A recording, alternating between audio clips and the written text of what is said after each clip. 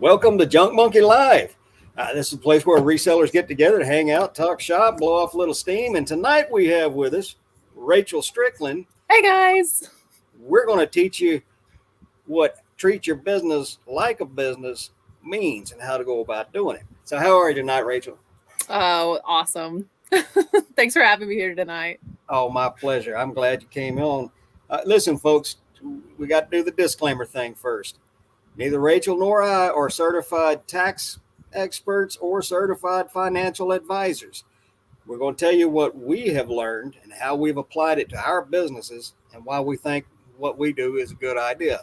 And quite honestly, we haven't talked to each other long enough to know if we do things the same way or not. So you may get two completely different stories here. Maybe even better. There's always, different ways that work for different people. So it'd be cool if some things that we do are a little bit different. Yeah, the old saying, there's more than one way to skin a cat than to feed it buttermilk till its hide slips off. I never heard that last part. I know a bunch of them old country sayings. I come from some really country backwoods people. Oh, Drew has quite a few country. He's from the hills of Tennessee, and he'll say things like, "That's handier than a gate in the woods." Hey, the place where my family comes from on my dad's side is so backwoods that National Geographic did a story on them in their magazine back in the 70s. So wow. Anyway, folks. I think Rachel agreed with me. One of the best business decisions you can make. Go get yourself a CPA. So I know you think you can do it. I know you can get online and learn and you can get help and go get a CPA. The money you can potentially save by having an expert do your taxes for you and help you with them can easily outstrip what they're going to charge you to do it. So get you a CPA. See, we're already disagreeing, Rob. Well, you help your husband run the business and you do a lot of his bookkeeping. No, I do none. Oh, Everyone thinks that I have anything to do with Drew's business. I don't even answer his phone. Like, I don't do anything for his business. He does it all. But I do our taxes. Last year I did our taxes on TurboTax. Yeah, well, my wife did our taxes last year, and this year I got me a CPA. I didn't know until after the fact that she claimed my inventory, whereas I've been recording everything on a cash basis. Mm-hmm. Money in every month, money out every month. Yeah. So it's going to be a little bit of a mess to straighten out next year. It will be, because that does kind of roll over from one year to another. But I agree with you on that one. Cash in, cash out. It's way more simple than people make it out to. I'm sorry. I'm a little glitchy on my end. Am I glitchy to you? No, you're streaming fine on my end. Okay, good. But yeah, I guess after years of being self-employed and like the accountant, she wasn't even really accountant, the tax preparer that I would have do my taxes. I mean, she asked so many questions. It's like I was getting an education all those years. I was self-employed for 15 years. I mean, now, like, I know the deductions I can take. I know. And so TurboTax kind of like walked me through it anyway. Yeah, I filed ours myself. But there are so many things in the tax code that change. You're right. From quarter to quarter, much less year to year. Right. And if you're going to be a CPA in the business of doing taxes, you have to stay on top of that. So they're already staying on top of it. And for me, it's one less thing that I have to worry about because I'm really a one-man show. I go out and source everything. I bring it home. I test it. I clean it. I picture it. I draft it. I list it. I sell it. I package it up and ship it out. And it gets to be a lot. And this is not my only job. Yeah. It's become my full-time job, but I'm still working as a watchmaker. And I get a 1099 from that job, and I have to deal with. I buy all my own parts. I supply all my supplies, cleaning fluids, oils, lubricants, everything. So it's a lot. So, and I also just added a third thing because I recently got monetized on Instagram. Oh, wow. Really? I don't know how. I haven't been that attentive to it, but it's what they did. They had to get all my tax information from me, which took forever because it wouldn't go through. but it's one of those things where people can now send me monetary Oh, gotcha. gifts, I guess. Yeah, that's So, awesome. but again, I don't know how they. I guess I haven't been.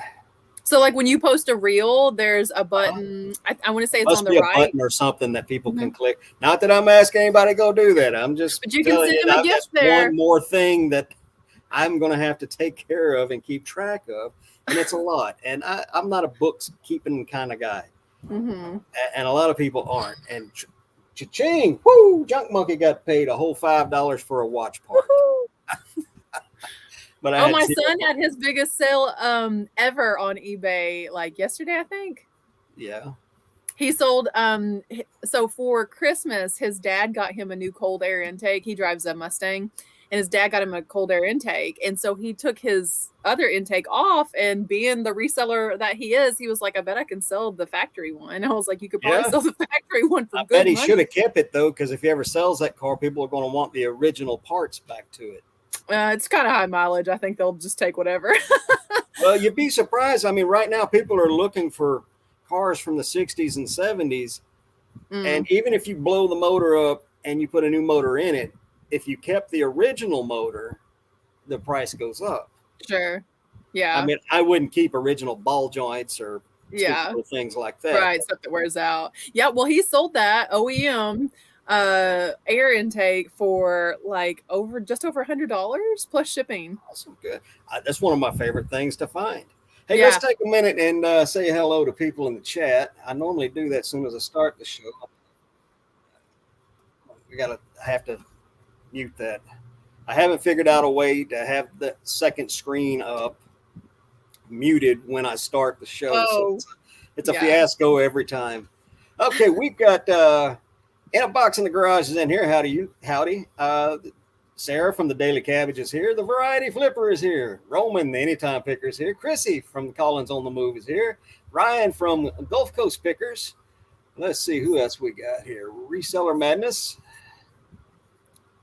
I know I saw Glenn check in real early. Christopher Nutter's in the house with us tonight. Coco and Chewy. Tina with the Lake Exchange is with us tonight. And that's as far as they will let me scroll up.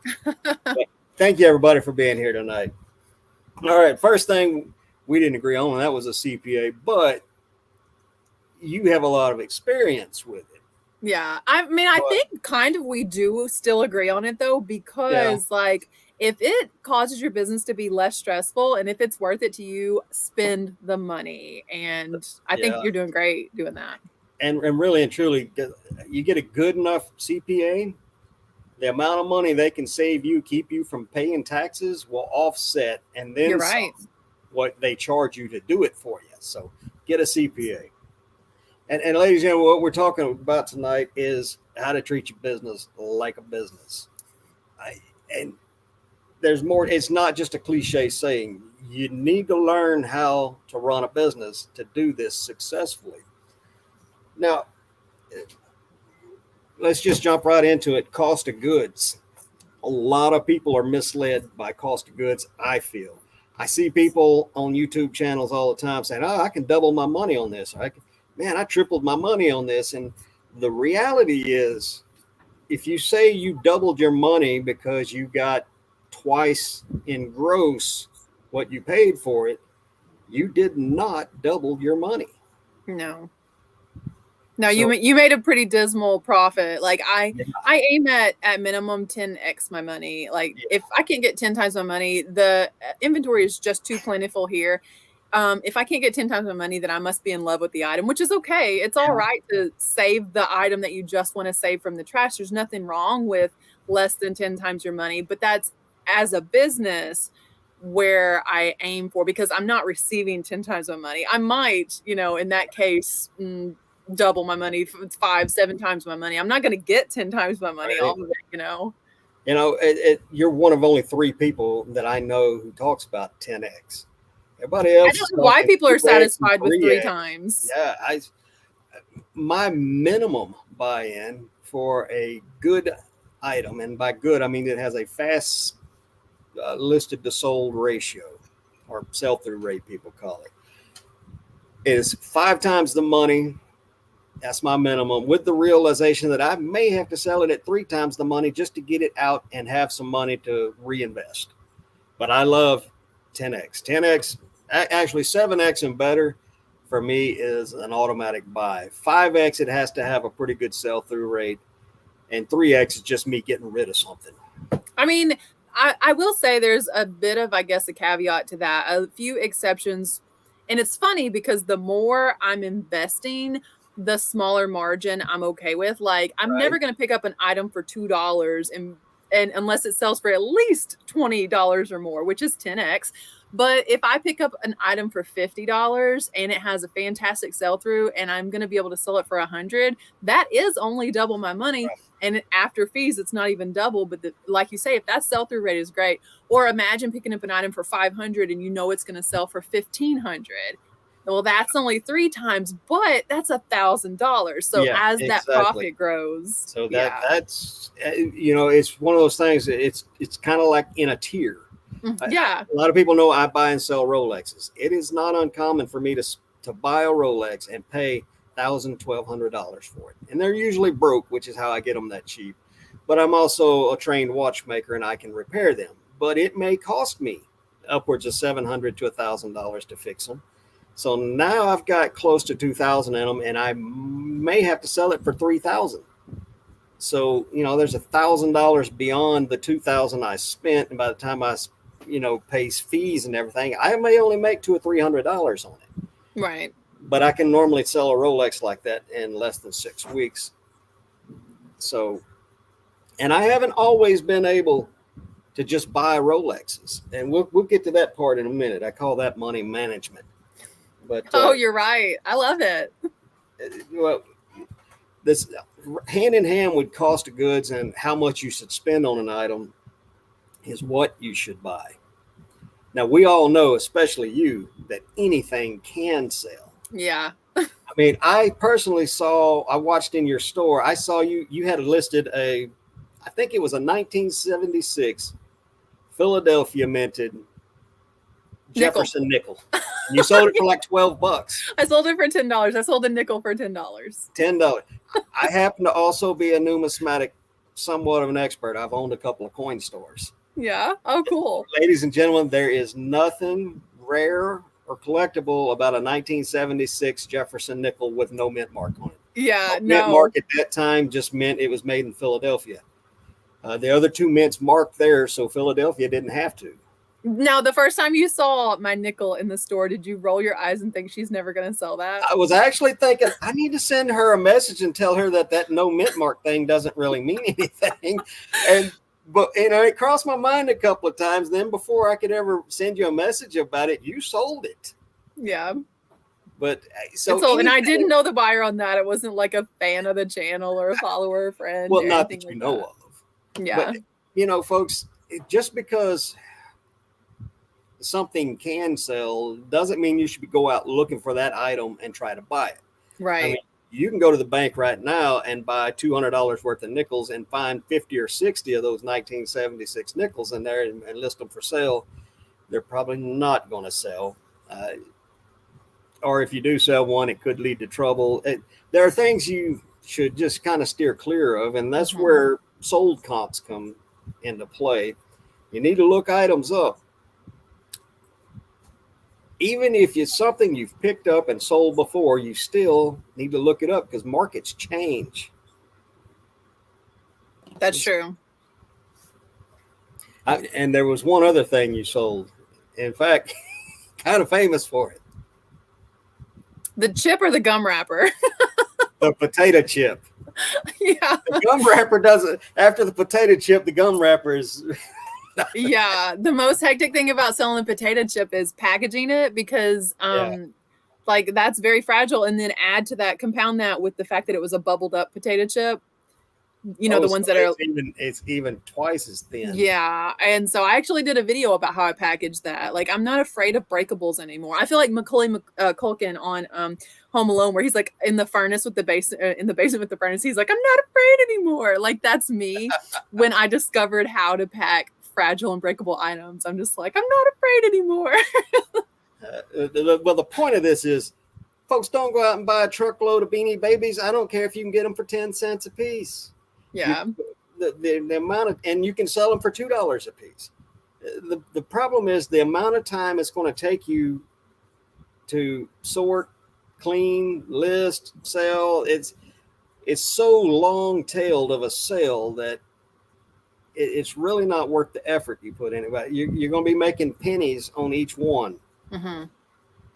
Where the same amount of time in the initial investment, you can put that into something that'll sell a little quicker for a little higher ROI, return on investment.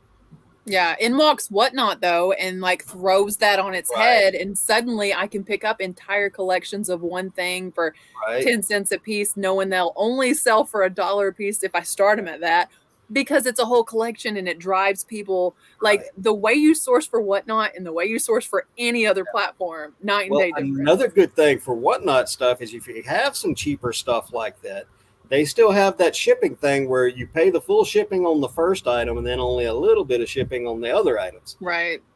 So having a real cheap item option like that for a first item for people to buy, it's going to sell. Yeah.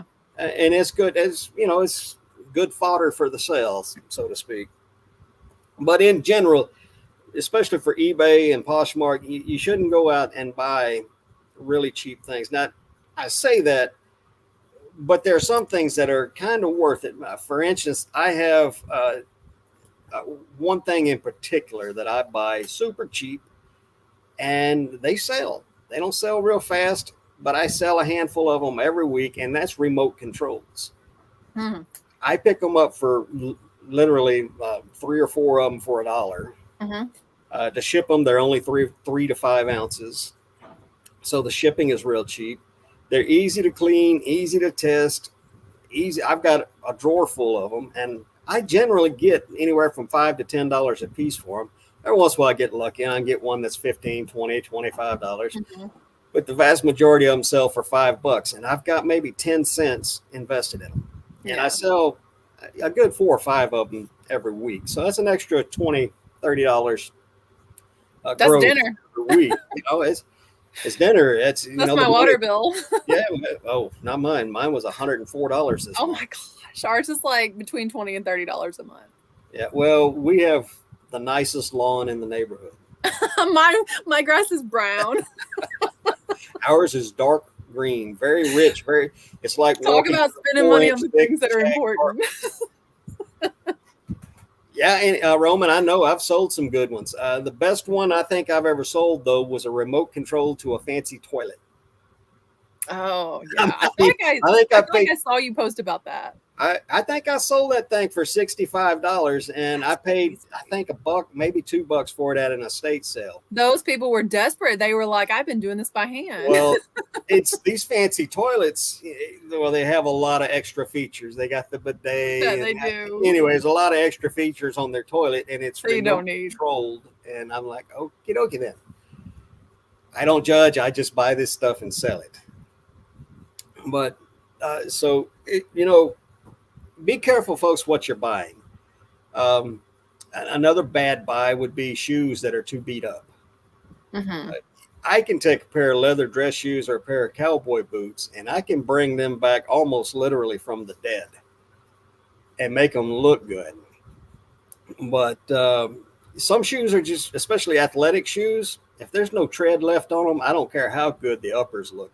Unless they're the original Jordans from 80, whatever it was, they're probably not worth picking up. So don't go out there buying Asics and New Balance and Sauconys with wore out treads or big stains on them.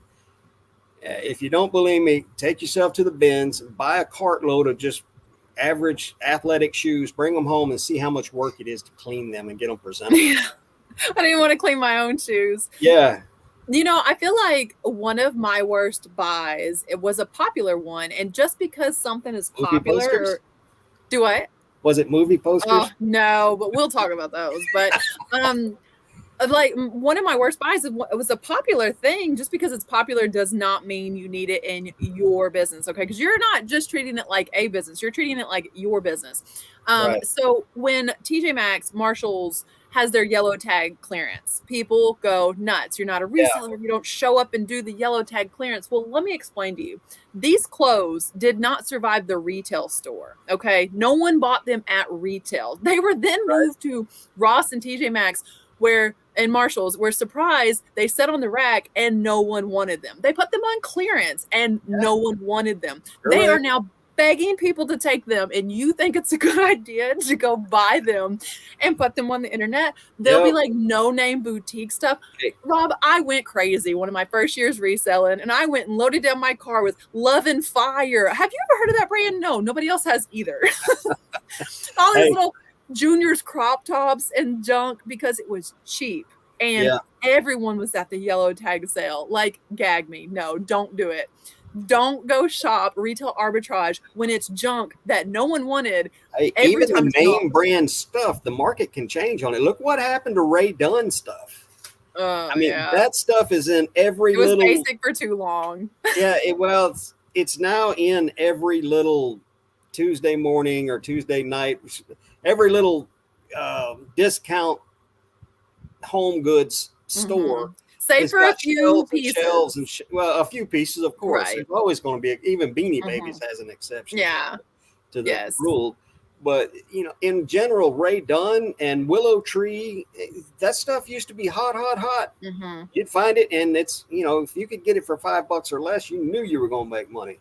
Yeah. You can't hardly give Ray Dunn away anymore, or Willow Tree. So markets change. So when you're out there sourcing, let your pride go. Look things up. I mean, put it all in your cart. Go over to a quiet corner somewhere. Look that stuff up because markets change.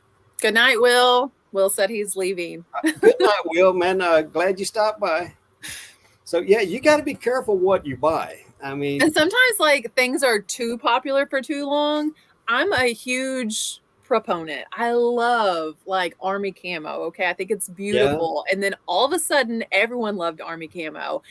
And now I don't want to wear it. Or leopard print, which is it's honestly a neutral. Ask anyone that loves fashion. Leopard print for some reason is a neutral until it was everywhere. And it's don't buy that stuff now because it's outplayed the way I mean, I know I'm talking a lot of fashion stuff, but owls in jewelry in 2006 to 2008, no one wants that now because it's such an outdated look. And so you're going to see it more and more in the places where it's an outlet store because it didn't sell, or it's a thrift store and people are getting rid of it. Sometimes there's a reason no one else wants it. So not only do markets change, fashion changes. Yeah. Being in the jewelry industry, there is always a super hot fashion driven jewelry item. Charm bracelets. Just in the charm bracelet world alone, I can walk you through 5 different eras of fad stuff that was super hot and just died an instant death. Pandora, deader than a hammer. James Avery, Christopher, Chris by Chit taught me about James Avery, and then I saw it at Dillard's. And if you can get some of the retired charms of James Avery, they're so expensive. Yeah, but that's a good one. Well, and I can take you all the way back to the power beads and the little angel children. When that stuff is hot, it's hot. Alex and Ani was hot for a minute, and it's just costume jewelry. And everybody has their 15 minutes of fame. Fashion is very much the same way. I mean, right now skinny jeans are out, and everybody wants. In our day, we called them bell bottoms. Now they're calling them flared. But that's the big thing. So you got to be careful with your buying. And just because it was hot last week doesn't mean it's going to even sell this week. So stay on top of trends. Yeah. Poshmark is great about sending you emails telling you what's trending right now. 2 months ago it was thin vertical stripes, but you can't give anything with stripes on it away this month. So it's kind of, when it comes to fashion things like clothes and shoes and jewelry, that fashion can change in a heartbeat. So don't go buying a truckload of it thinking that you just made your big move, because more than likely you just got somebody out from under some inventory that's not going to sell. I feel like with fashion, resellers should focus on timeless pieces, because if it's super trendy, say like pleated ruffles or like tiered ruffles, for some reason have had a moment, that like prairie look, I'm not into it, but a lot of people are. But the thing is, with growing popularity of a particular fashion trend, the fast fashion grabs onto it. And there Yeah. are a lot of people that will shop on Shein and Temu and these websites that are basically paying you to take the clothes, and they're like toxic clothing. Like, it's just polluting, killing our planet. But that's a different talk for a different day. But if they can go get it there for $5, why would they want to go to you and get it for $20 plus shipping? Like, search for those timeless pieces and timeless brands, like, that really aren't going anywhere. Key pieces for people's wardrobe that are really well structured, if that makes sense. Yeah. It's like just standard jeans, no skinny, no flare, no ultra low rise, just standard jeans will never go out of style. So, I don't know. I mean, as a well, woman, even if it's they do just go out of crazy. style, they'll be right back. And Yeah, and for practicality case. everybody needs a decent pair of regular day-to-day jeans. I mean, You're not getting dressed up to go out partying every Friday night, all day, every day of the week. I would say like 10, 12 years ago, if you had walked around in like mom jeans, tapered leg, like Yeah, just a tapered or a straight leg, you really would have been out of fashion. But yeah, today, that's what yep. everyone wants. But it's growing so fast in popularity. I think it's almost hit its peak, like those vintage Levi's look. I think we have to see a slide down off of that soon, because they're just everywhere. No one wants to be basic. If you want to see how fashion really can really affect a market, look at the turquoise jewelry market. Hmm. When all it takes is one starlet to walk down one red carpet at some big Hollywood event where dripping with turquoise, and for the next 6 months, turquoise is hot, hot, hot. Hmm. And I have a 90-gram nugget or so that I dug, well, a few decades ago. When turquoise is hot, that nugget can be worth as much as $1,500. Wow. When turquoise is not hot, it's only worth like $6.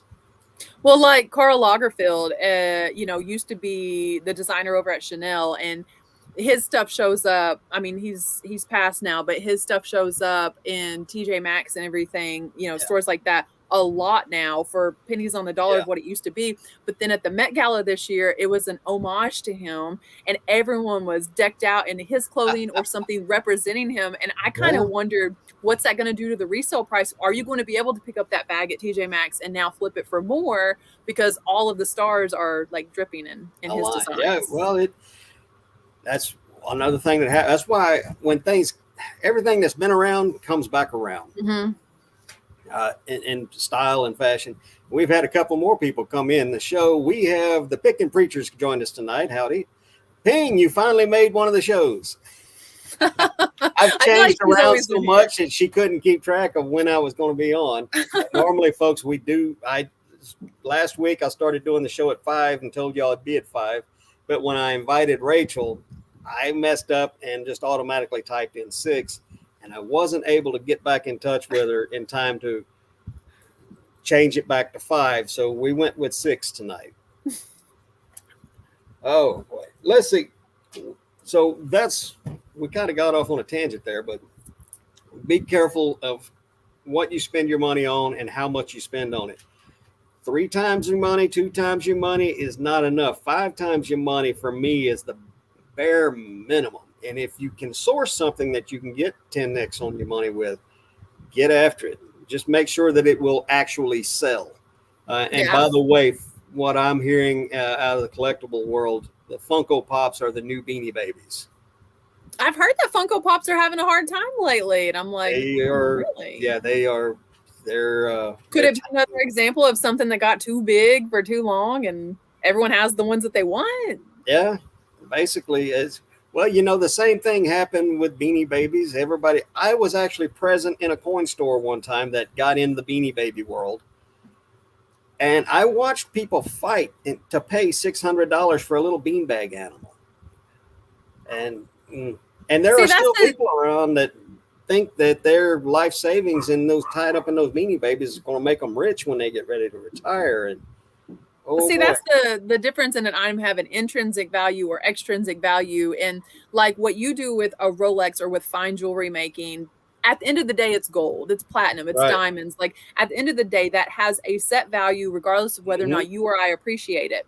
But when we're talking about even a canvas tote that's a designer bag, it's worth what the buyers are willing to pay for it, because at the end of the day, it's canvas, or at the end of the day, it's a Beanie Baby, or these Funko Pops were just pieces of plastic. We gave them their value as a consumer, and now the consumer is like, maybe it's not worth that. Picking Preacher's got to leave. He's got to go premiere on his channel. See you later, Keith. All right, so walking hand in hand with what you should buy is spending habits. If you're going to own and operate your own business, even if it's a small eBay business, if you're ready to be serious about it, you're going to have to make some sacrifices. Mm-hmm. And I tested this today because I stopped doing it a couple of months ago. You got to stop buying things you don't need. Mm-hmm. Stop spending money on stuff you don't need, because every dime that you spend that you can't get back, that's money you could have spent on inventory that would have sold. And probably one of, if not the number one thing, is fast food. Oh my gosh, it's so gross for you anyway. It is horrible for you, but I have to admit, I like good food, and I love. I'm not saying it doesn't taste well. I don't think it tastes good, but I understand some non-healthy stuff still tastes good. I have some guilty pleasures. Those cheap little McDonald's hamburgers. Yeah, you like them. I just like them. It's just easy. I checked today, and the McDonald's number 7 menu meal deal is 2 of those little cheeseburgers, fries, and a soda. It's been $7.99 for the last few years. Nowadays, it's a little over $9. Those things, even before they were a meal deal, they were on the dollar menu, and you could get it for $3. So in just the last 4 or 5 years, what used to cost $3 or $4 now costs over $9, approaching $10. It's insane. A Burger King number 1 meal deal, that's just a plain old Whopper with cheese, is now almost $13. Mm-hmm. That is not a $13 burger. Mm-mm. Folks, the kind of money, if you do this even 3 times a week, mm-hmm. that's $40, $50, $60. For $20, you can go to the grocery store, get you some lunch goods, some lunch meats, some vegetables, some bread, some kind of sauce, maybe start making a lunch and taking it with you is what I'm trying to get at here, folks. Mm-hmm. Those fast food joints, they're not fast. You sit in those lines forever. The food quality has gone way down. The health benefits of it they're not benefits, they're detriments. So mm-hmm. It's not good for you anyway. You're making an investment in your health also to choose to cook things out. If you don't have your health, you ain't got no wealth. You have nothing. Can you imagine getting to your golden years and having, I don't care if you got 5 beach houses, a private jet, a pilot's license to fly, all the friends in the world, and then you're bedridden. Don't have your health. Tell me what you should have spent your life like working, because I know everyone's like, well, you're gonna die anyway. Well, I'd like to live until then. I want to be able to use this body. What they don't understand is you can lay up in a hospital bed till you have bed sores long before you die. So your health is so important. It really is. I don't mean to sound cliche. Everyone knows, she's health without wealth is health freak. I'm not. Yeah, I'm not a health freak either. I'm far from it. I mean, I love me some good barbecue, but it's got to be good barbecue. And I know it's good because I made it. I'm sure there's plenty of cuts that are great, health wise. Like, I'm never wanting to sway people one way or another. I just want people to be conscious of what they are eating. And no one diet works for everyone. No. What is healthy for me may not even suit your blood type or, however your body is. Just be conscious of what you're eating, because health is wealth. I don't remember. Are you vegan or vegetarian? Vegan. Vegan. Okay.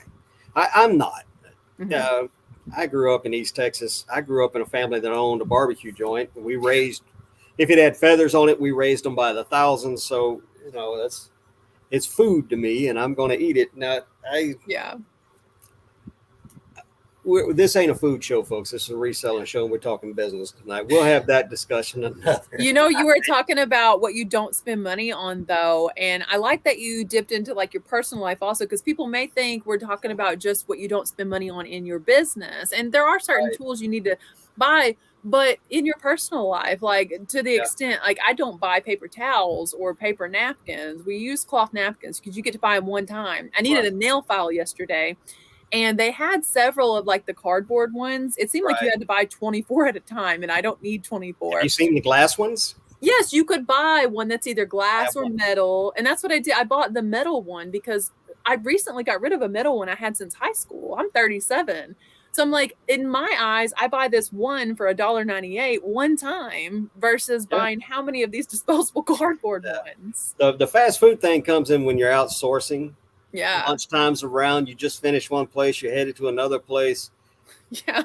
You want something to eat. Folks, your resellers, your thrifters, your pickers, get you a small cooler, get you a stainless steel water bottle, bring you some tea or some water or whatever, pack you a lunch. It's amazing how much money you can save by stop going to those fast food joints because they're not cheap anymore. You can easily spend $50 to $60, and that's on the low end at fast food joints if you're outsourcing a lot of times. Get out of that. And if you do have to go and stop and eat, don't stop at a fast food joint. You've already, by not going every day, you've already saved enough money. You can go to a local mom and pop, little small Mexican restaurant, get you some authentic Mexican food, those like street style tacos or something made with fresh food, real food. It's not processed. It's not going to support another small business owner. Exactly. You know, if hamburgers at fast food joints are $12 and $13 now, we have a lot of taco trucks in town where you can get 5 tacos for $5 and then buy a drink extra. It's cheaper to go eat good fresh food made by somebody locally. Yeah. And I don't know about you, but I make better decisions when I'm not hungry. So stop and get something to eat if you need. People eat your lunch. Don't be out there hangry. Take an apple. You be kicked out of the Goodwill because you hangry because somebody snatched something before you could lay your hands on it. Yeah, Christy's got the right. She said and a margarita, but then I don't know how my sourcing would be if I had a margarita in the middle of it. Yeah. But your spending habits, and that's personal choices while you're out there doing that kind of stuff. But when I first went full on reseller, I got on Amazon and I ordered every bubble mailer cardboard box you could imagine. I still got a lot of them to this day. Wow. Folks, don't do that. You can stock up on the most popular sizes. 8x6x4, 10x8x6, 12x8x6. Bubble mailers, 9x7. You can get them on Amazon real cheap. Don't go buying a bunch of. Get the free stuff from the USPS. There's a lot of that kind of stuff. You can with as many changes going on in shipping right now. USPS padded envelopes. You can charge on eBay $9, $9.99 to ship something. And you don't have to list it as that. You just put you're going to send it expedited, charge $10, and you may even make a few pennies because eBay does take a portion of what you charge for shipping. So if you charge exactly what it's costing you to ship an item, you're losing money. You have to charge a little bit more. And if you don't fall into the trap, especially as a newer reseller, that you need to get tissue papers and thank you stickers and ribbons, unless it's truly a part of your branding and you're desperate for repeat customers for some reason. Like I feel like there's a lot of things that you're supposed to buy as a reseller. I'm going to shock everyone right now and tell you guys I don't buy bubble wrap. I don't. I do. I use a lot. I ship a lot of like electronics and stuff. Yeah. I mean, I feel like I ship a fair amount of fragile because I've shifted towards hard goods and away from clothing. But there are so many things that can be reused, and it's earth friendly. And I've not had anyone complain, hey, she, and at one point I even put like a disclaimer in my store about being environmentally friendly. You brought up the movie posters. Do you know I have been using them ever since? What was that, last fall? I've been using them for packaging. I shipped off today an item that was packed with that as like my packing paper. Right. All right. Speaking of, I use thank you stickers. Mm-hmm. But I have a very specific reason that I use thank you stickers. I use them to cover up my SKU stickers. Ah, gotcha. Well, it serves your purpose then. Yeah, I handwrite my own SKU stickers because I got a massive roll of these little 1/2 inch by 2 inch or so white stickers, and I just write my SKUs on them. I love that you found a purpose for the white stickers. Yeah, well, I love finding shipping supplies and office supplies at the bins. Yeah. The same stuff when it's in the Goodwill retail store might be marked $229, $279 or something like that, and it just won't sell. But if it and they shows constantly have USPS boxes in Goodwill. Oh God, yeah. And don't point out that it's against federal law for them to be selling that stuff. But anyway, that's another way you can save money, folks, is pick up your shipping supplies at the bins, or if you're really small store, you can get away with used boxes. You can find them everywhere. But once you ramp up and you're making 50, 60, 100 sales a month, you're going to have to start stocking boxes. Just make sure you don't go out and buy every single box that you can conceivably imagine ever using. Even like the bubble mailers I was talking about, I used to buy different size ones. The 9x7s will fit DVDs and CDs, and the cardboard boxed VHSs. Even my remote controls will go in those things. And so be careful stocking up on office supplies that you may not need, because they're not exactly cheap and they take up room. And you probably have a friend with an Amazon problem. Just let them know you'll take their boxes. And never turn any down. If you show up and it's a box you could never use, take it. The second that you're like, cut it up and Frankenbox it for something. Get rid of it for them or something, because as soon as you're like being all choosy, they're never saving you boxes again. Exactly. Like, man, I saved them people half a truckload of boxes one time. It was only 2, but they think just take the boxes. You turn them down and they're like, I ain't saving nothing for them no more. Especially when it comes around Christmas time, I guarantee, like at Christmas, I stock up so much from just friends saving boxes that it lasts me through the whole first quarter. I've got bubble wrap and packing paper and boxes. Hey, that wrapping paper, the cheap thin stuff. I get several rolls of that every year from the bins. Oh, and good idea. From around Christmas time to around February time, I use it for packing. That's my movie posters. Mary's in the chat. She's gotten plenty of my movie poster whatnot shipments. Mary, tell them it's ugly, but it serves a purpose. I buy the craft paper in the big rolls. Yeah. The really big rolls, I can only get it in a 40-inch long tube or wide tube. And I have a vintage or antique like countertop paper roll holder with a blade on it. Well, not so cool. The only 36-inch paper I could get is a much, much smaller roll for about the same price as the massive rolls that I buy. So listen, you got that diamond saw. Just cut the thing in half. No, I thought about that. I thought about it, but don't cut off just the part you don't need. Cut it in half so it'll be big enough to use twice. Now what I'm going to do is just do like I do my bubble wrap. Let's see if I can. I've seen your expert setup with that too. It looks great. There's the bubble wrap, and I'm just going to do the same thing with the paper, but instead of hanging it from like a piece of nylon webbing or a little piece of rope, I went and bought some chain. I'm going to hang it from the rafters with chain.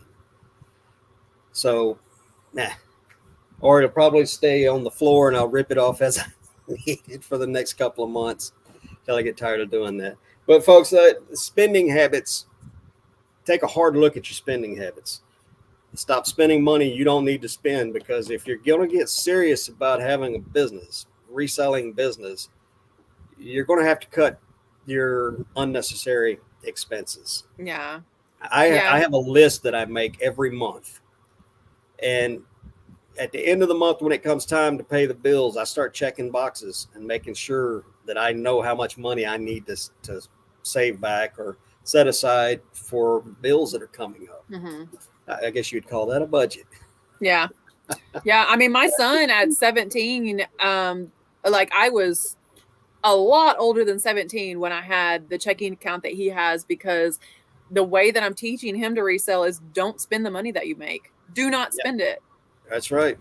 And he doesn't. And then he's able to offer someone $500. Or the other day, Mary calls and says, I'm at this yard sale and there's minifigs for 50 cents a piece. And I Mm, said, buy them all. I didn't even ask her how many. And she yeah. was like, let's see how many they have. They had 180. Okay. Yeah, Kid's 17. even the ones that aren't worth listing by themselves, you can lot those up. Yeah, and no, sell them he, for a he, lot. you know, he does whatnot. Oh, there you And go. he'll sell them at minimum $5 a piece. And so he was able to say, absolutely buy them and send her the $90 immediately Yeah. for them. And I'm just Well, like, when I started my in order reselling to do business, something like that, you have to have money in the bank. yes, Which brings me, he couldn't miss that. this brings me to probably, I've been saving the best for last, money management. Mm-hmm. Ladies and gentlemen, I'm here to tell you there's a difference between being rich and being wealthy. Being rich is not something, in my opinion, that you should aspire to. If you want to, go ahead, but stick around and listen to me for just a minute. The difference between being rich and being wealthy, everybody knows you rich when you're rich because you're showing them you're rich. You're spending money to prove to them you're rich. It's what rich people do. They spend money and they show that money to everybody whose attention they can gather. Wealthy people increase their wealth. Let me say that one more time for you. Wealthy people increase their wealth. You don't have to be rich to be wealthy. As long as you're increasing your wealth at every opportunity, you're doing a good job, because something always comes up. We all know this. I had to put new tires on my truck 6 months ahead of what I thought I was going to have to. I had the money in the bank to go do that. Mm-hmm. At the same time, and the reason I had to do it so fast is because my front end was so far out of alignment that it wore the inside corners off my tires, which is, they weren't worth patching. I could have patched that tire and got another 6 months out of it, but I had to do the work anyway. I got the job. I went ahead and bought 2 new tires and put a front end alignment on it. And the reason I was able to do that is because I had money in the bank. Mm-hmm. Until recently, as little as 4 years ago, I lived hand to mouth. Yes, even as a high-end watch and jewelry expert, working on $50,000 watches all the time, setting, diamonds that cost more than I make in a year. I was broke all the time. And you're not going to believe who I learned this lesson from, folks. And you can go back and watch all the videos yourself. But Shaquille O'Neal, the NBA star, taught me this. And his first big check that he got from the NBA, he had it spent in no time at all. He spent money on his mom, spent money on himself, spent money on his dad, bought everything he wanted, walked into a place, they irritated him. So he, instead of buying 1 car, he bought 4, and he never drives them. He finally got around to saying how he's able to afford his life the way it is. 75%.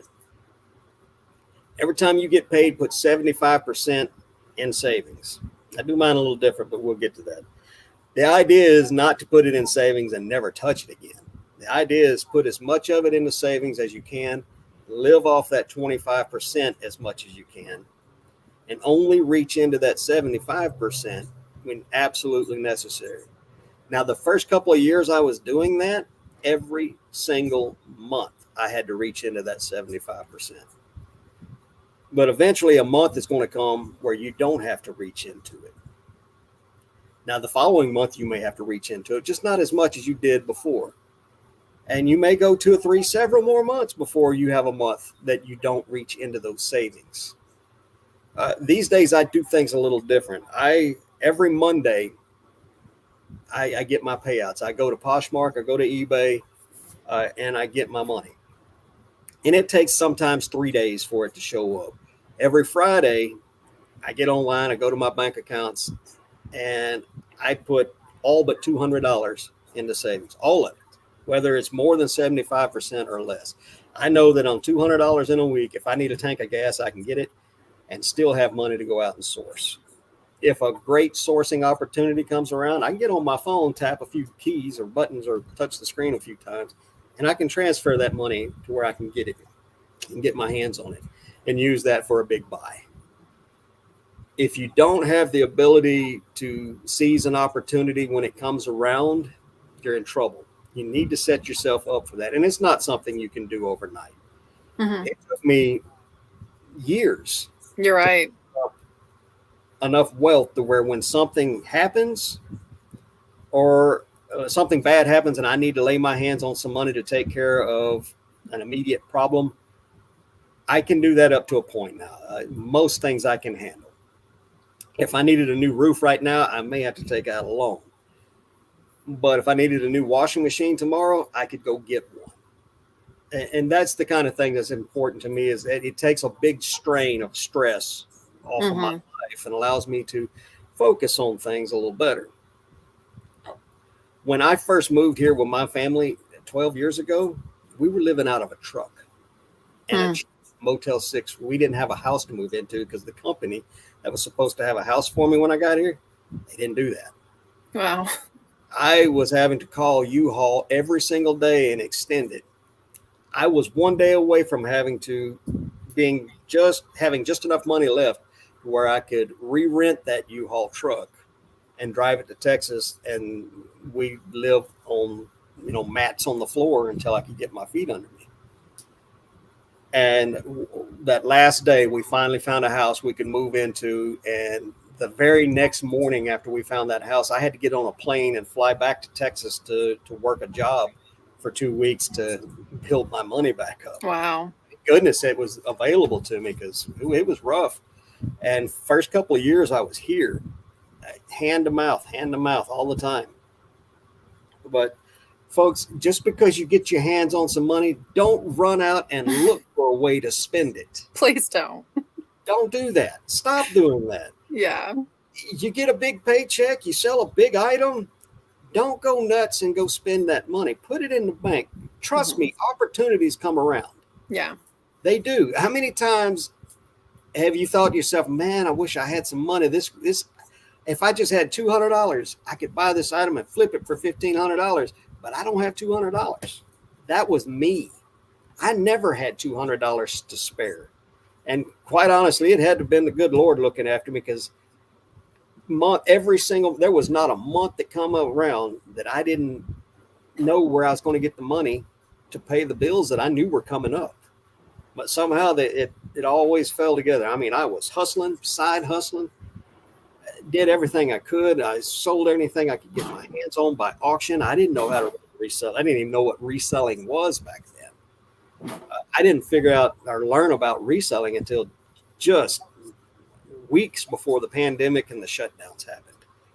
So, yeah, I think it's important what you're saying about living below your means. Essentially, is like, if you're living off of 25%, you're living below your means, and it's okay. Like, if people look at you and they assume you must make a lot less than what you do, or they assume you're flat broke, let them assume. Who cares? And don't think that 25% is below your means. Get in the mindset of thinking that 25% is your means. Right. Yeah. I'm in the supplement aisle. And by need, I mean, actually, you need it. Right. And be frugal, be thrifty. I'm in the supplement aisle yesterday, and this guy was there, and we were talking about the different supplements. And I was like, I can only get this one when I'm going to treat myself, because it was $34. Like, can I spend $34? Yeah, absolutely. But I know that they also sell one that's $16, and that's the one I usually get. But I was like, I'm going to treat myself this month and get this one that's $34. If you don't want to pinch the pennies and watch, all of that, then self-employment is going to be a hard road for you. It really is. I do feel like there's one really big thing I know makes all the difference in the world in my financial life, in my business. And there's an easy way for resellers to do it. You mind if I? No, go ahead. Well, for me, tithing makes all the difference in the world. Yeah. I know that there are people who aren't even living paycheck to paycheck. The ends don't meet. And living paycheck to paycheck is very hard. I've definitely been there. I've been there where I'm like praying for $5 so I can go get something. That was a point of my life. But the ends always met. And I think that was God always being faithful to me. I know it was. And his provision now in my life allows me to give back more. I know Josh Harry Tornado was just talking about this and how rich and abundant they can give to the charities that are important to them. And like, I feel like if God knows he can trust you with that, and if you're already tithing, even out of your poverty, if you feel like I can't afford to tithe right now, I'm telling you, you can't afford not to. Like Drew and I were children's pastors for a long time, and I would explain it to kids like, because I just think that this is an object lesson everyone can grab a hold of. If I gave you a chocolate bar and it was like a Hershey bar in the little bricks and it had 10 pieces. And I told you, if you just give me back one piece, then I'm going to give you so much chocolate, your cup will run over. Wouldn't like, who would you be to say, I want all 10 pieces? You would happily give me back that piece. Right. And that's all the word is commanding us is 10%. So on eBay, there is a charitable giving. All of my listings are set up to give to Samaritan's Purse because I feel like if you're going to do that, then obviously it's important to me to choose a charity on there that aligns with the gospel. So Samaritan's Purse for me does. And Tim Tebow Foundation is on there. There are a lot of really great organizations. And you don't even have to think about it. Automatically, PayPal is going to send that 10% for you. And that 10% is tax deductible, folks. Yes, you're right. If you don't want to give to something based on a religion, that's fine. There's other things. I just sold the reseller thank you card, or I auctioned it. 100% of the proceeds went straight to St. Jude's. Now, I used to run the combined federal campaign at every military base or station that I was ever stationed at for my division, if not the entire base. And I used to give to the Shriners Burn Institute for Children because I have a little brother who, when he was 3 years old, he fell in a fire. Wow. And when he fell in the fire, his right hand grabbed a red hot coal of a log. And they worked on him right up to the time he was 18 years old, and the Shriners took over. And when he was, it's an amazing organization. Yeah, when he was still a teenager, they went in and they fixed his hand. He went through life with his hand curled up and all but useless until he was a teenager, and they got him to where he could open his hand and use it. Wow. So I used to advocate for them, and I gave a lot of money for them. But later years in my Navy time, I went to Virginia Beach, Virginia, which is somewhat of a resort town. And I went down there for a weekend. I was going to go down and just tool around and do what sailors do. I was going to go down, walk the beach, get some food, maybe have a beer somewhere. And the Shriners had literally rented the entire city. Oh, wow. Blocked off the streets. Were driving their clown cars and fancy cars all up and down the street, acting a fool. I'm serious. They had the entire city bought. Wow. You couldn't even get into a restaurant. The only restaurant I could get into and get us something to eat was McDonald's at the end of the strip. Oh, man. So I figured if they had that kind of money, I wasn't helping them that much. So I switched over to Red Cross. You might be, though. Rob, don't let the enemy take what you could have be given to them. Red Cross is amazing, too, but don't let anyone steal your joy of giving with a grateful and cheerful heart. I had some run-ins with Red Cross, too. They still do a lot of good for a lot of people, but corruption has seeped into the Red Cross. And I'm sorry, but I'm going to find someplace else. So I picked St. Jude's. And St. Jude's never charges a family a single dime. They will get you to where they're at. Yeah. They will put you up. They will feed you, and they will treat their children. Yeah. To the best of their ability. They are on the cutting edge. They Mhm. create the cutting edge for childhood cancer treatment. They do. I was considering doing their marathon again in December. I just got a text saying, do the marathon again. And when you run the St. Jude Marathon in Memphis, you run through the hospital grounds, and the kids that are well enough are out there. Yeah. So, It's really emotional. folks, you don't. This isn't a fundraiser. I worked for Children's Miracle Network for 13 years, doing fundraisers. I worked not for them, with them, doing fundraisers at hospitals, including here in Oregon, which is how I found out about this place and wanted to move here. Folks, there's something about giving a little back. It does something for you. I promise you're not going to outgive God either. Like, Yeah. you will receive back. Mary just said, like, it's the only place in the whole word that he says, test me. So if you want to prove me wrong, if you want to prove Rob wrong, if you want to prove God wrong, do it. Test him. Like, it's an open invitation. See if you don't give and get it back. Yeah. All the women in my family are nurses for generations. My grandmother, my mother, all my aunts, all my cousins, my wife, even my daughter now works at a medical facility. So I've been in and around that world and all my life. If you want to witness miracles, go be a part of that world for a while. Go hang out in a hospital lobby. Go to a retirement home, an old folks home, a nursing home. Go to a hospice. Go deliver some Meals on Wheels. Go be around that for a little while. If it doesn't move you to give a little back, well, go about your business then. Yeah, I bet it will. Even when I've had nothing, I've always found a way to help somebody somewhere. Yeah. If I didn't have money to give, I had time. Mm-hmm. So, yes, I love that. Yes. If you cannot give your money, it is okay. That is not a requirement. Never, when God says, test me, never does he say with money. He says, give and it'll be given, pressed down, shaken together, running over. Like, test me on this. He never did he say, give money and it'll be given. Give your time, like Rob just said, and see if you don't somehow have more hours in the day to get your stuff done. Folks, have you ever had one of those days where you're just cranky? You're answering stupid questions from buyers on eBay. You've taken a return. I mean, you're just cranky. You're in a foul mood. When you package what few sales you had that bad day up and you go to the post office, hold the door open for somebody and smile at them. Right. And hold their gaze until they smile back. I like go that. out there and make somebody smile, you'll feel better. Yeah. I promise you will, because I know I have a lot of those days and I have to stop sometimes and think, and I'll go to the post office and hold the door open for somebody and see if I can get them to smile. I know. I mean, don't work.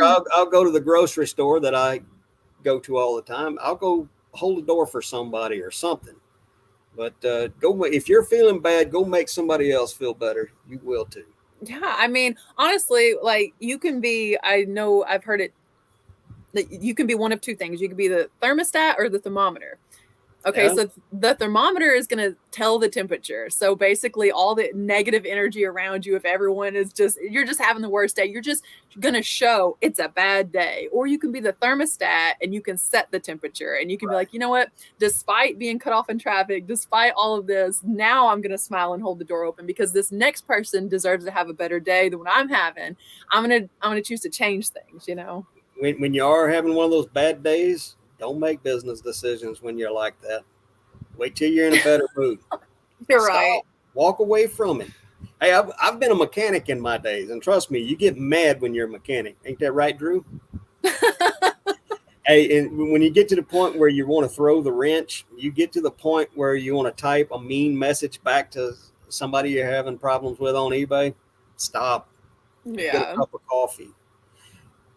I'll take that advice, Rob. Somebody smile. Go get yourself in a better mood. Think about it and then come back. And that's with any of your, not just with dealing with customers.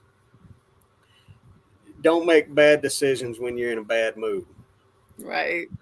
That's a moment's bad decision can cost a long time of paying for that bad decision. Yeah. What So is that saying? How does that go? Don't make don't a trade your. like don't There's a make a bunch of them. lifetime decision based off of a temporary emotion. Don't make a Yeah, permanent decision based off of a temporary emotion. yeah, that's one of them. There's Yeah. a lot of them. Some of them not fit for public discussion,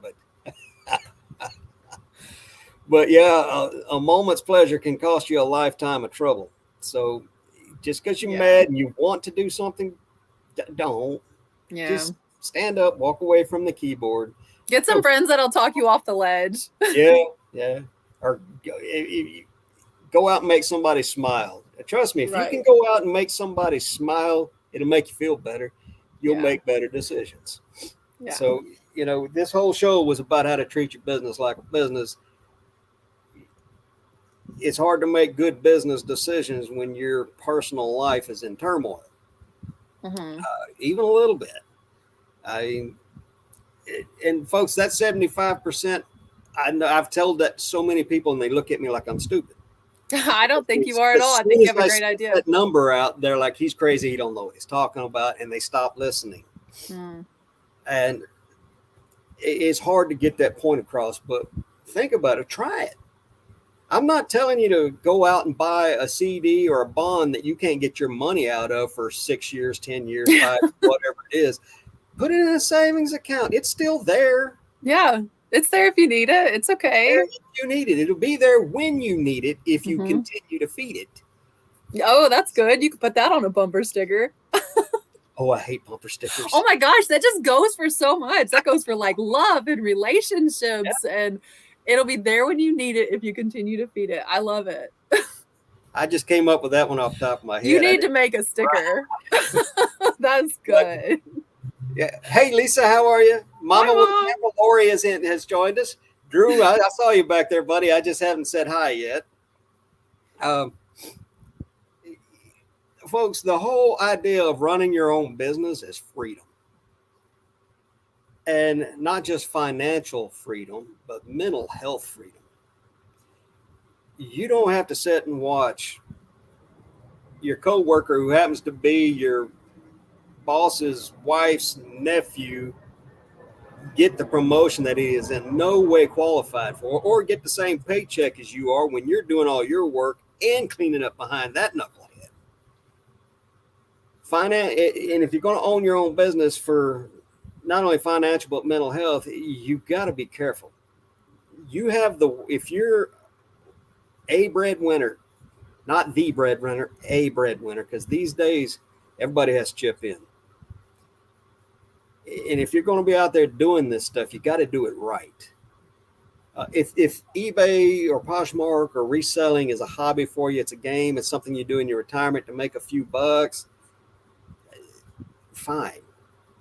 But if you really want to run a business, and that's what it is, it's an actual business. The government will come after you if you don't treat it like a business. You're right. And then you'll wish you did. They will come after you. Trust me, they will.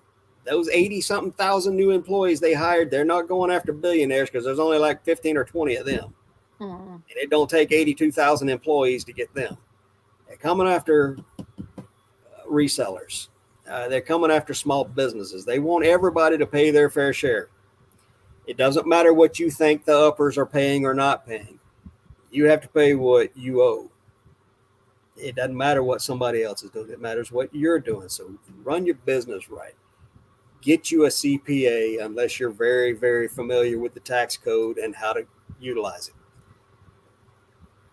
Be careful what you're spending on the stuff you're selling.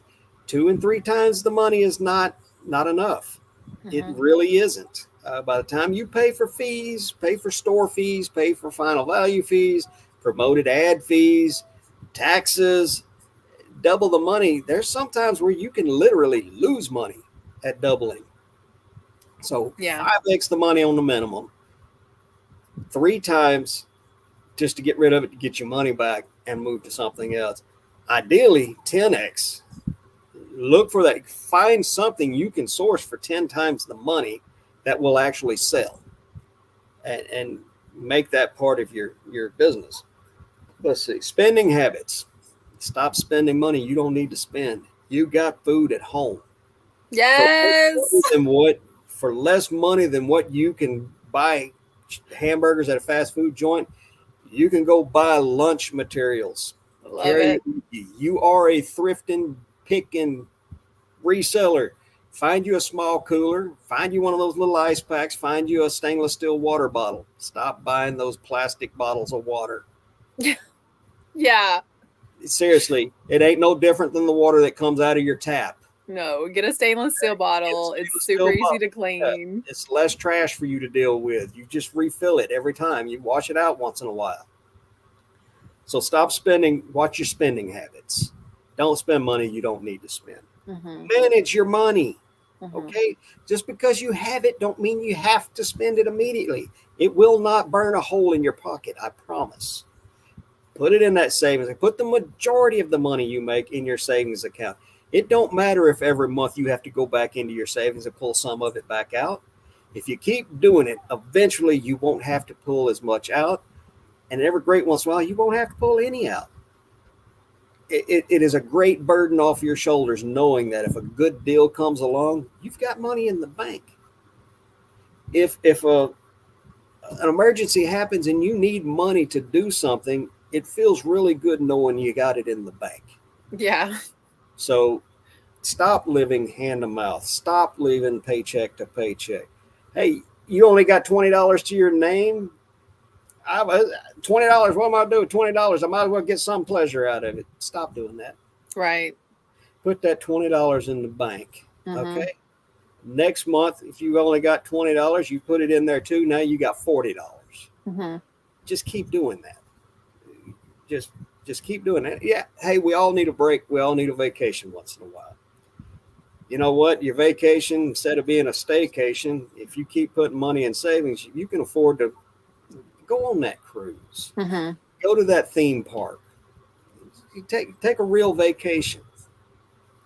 So and not just go camping 40 miles down the road in a cheap tent, laying on the ground and being miserable for 3 days because you got to be back to work on Monday. Yeah. Manage your money, people. So to me, the things we've covered, those are the basic foundations for treating your business like a business. Rachel, have you got something you'd like to add to all that? One more kind of thing that I want to add is the way you show up to your business. I know the bulk of what we've talked about has been like financial, but I just feel like whatever respect you would show an employer because it's their business and they're your boss and they're the CEO, show your own business the same respect. I would never go into work somewhere not ready for the day. Like with girls, we say we're getting ready. Even if you don't have anywhere where to go, you're like, I got ready today. The girls in the chat know what I'm talking about. And men, I feel like you do too. I would never work for anyone else in my pajamas. So that's why it's important to me to get ready because this is my business. I am the CEO. Like this is it for me. I will win, period, end of story. And I'm going to show up as that person every single day. And maybe you don't feel like a boss today. Show up as the boss. Show up tomorrow as the boss. Keep showing up as the boss until you feel like it. You know what I mean? Like maybe day one, that's a struggle, but show up with the same respect that you would give another employer for their business that you're making them money. You're making you money. You show up as the boss. And for the guys out there, if you stay ready, you never have to get ready. Yes. That's Keep true. your He stuff gets ready up and to puts go. on his work stuff like immediately, even if he doesn't have appointments until later. He's like, nope, I'm ready to go. If someone called, I'm ready. Yeah.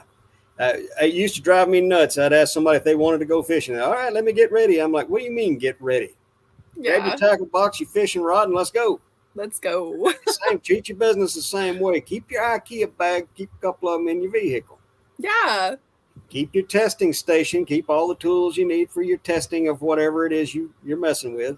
Keep that stuff right there handy. Keep your work area clean. I have to admit, I stay in my pajamas till it's time to go take my shipping to the post office. Rob. So I'm guilty of that one. And I just get to the point where I hate wearing shoes. I don't wear shoes in the house, but when I first started working in my basement, I would wear shoes down here and then take them off, even if it meant that. Flip-flop. Like I needed to be going to work, you know what I mean? Because like as a stay-at-home, work-at-home mom, there's days I don't even leave unless I'm going to the gym, and that's important. Like go outside and allow yourself, some time off too. Keep your work area clean. I try. It's such a wreck sometimes. Yeah, mine gets pretty rough, but every once in a while I get tired of it and I make a dump run. But Yeah. no, I have. Speaking of thrifting, thrift for your life. You'd be amazed how many new with tags clothes you can find in the thrift store. If you run Even if across they're them not and they're new. your size and you like them, well, Oh yeah. I just bought 2 Carhartt's pocket tees. My favorite thing in the world to wear is a pocket tee. You go buy those new, they're $24 a piece for a t-shirt. Most everything in my house is thrifted. Like this shirt is J. Crew and it's thrifted. And like, Unfortunately, I can't thrift. I have looked for 2 years and I have yet to find a pair of shoes that would fit my feet. I have to buy them new. bummer. Even if I get on Poshmark or eBay and look up shoes that are supposed to fit my feet, they're no different than me going down to the store and buying them. The only difference is I can try them on in the store. Yeah, just thrift what you can. Like I have I consider like a pretty good designer collection, and there are only two pieces in my collection that were bought from the designer, and they were both gifts.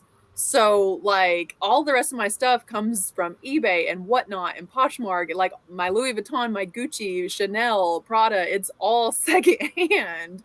Take good Drew, care of I have it. short, very stout feet, very wide feet. I wear a size 8 4E.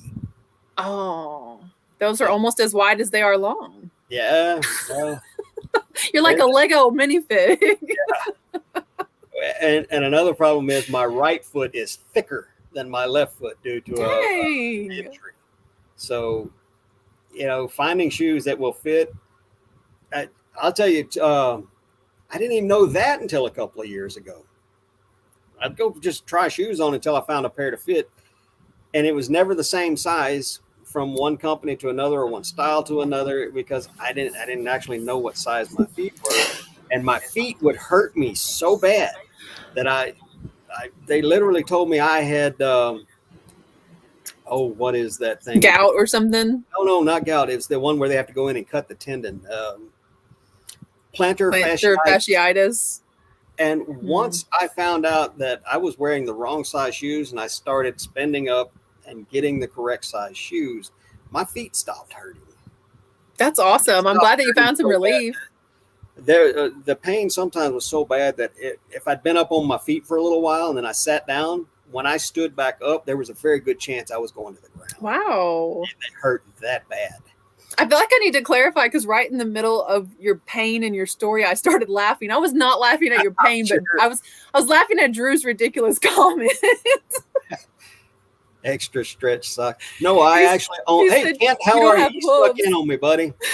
I only wear wool socks year round, thick ones too. I don't buy the little thin ones. Yeah. Again, it's another reason why I hate wearing shoes because I only wear wool socks. I'm an outdoorsman, and I was somewhat in the survival world. And there's a saying in that world that cotton kills. Cotton socks are the number one thing. Cotton socks are horrible for you to wear. Cotton should only really be worn lightweight as an outer shell during hot weather. And even then, linen is better. But wool, it insulates in both directions. Wool is really amazing. Like that's the only thing I would wear for a winter or even late fall ultramarathon is wool socks. Well, wool has this ability to retain up to 87% of its insulative capabilities, even when soaking wet. Wow. There is not a modern fiber around that can make the same claim. None of them. Not in a clothing apparel item. Wool is the number one thing, period. Mine don't shrink, Mary.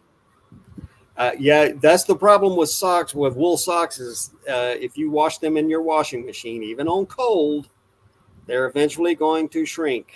So you have to hand wash them.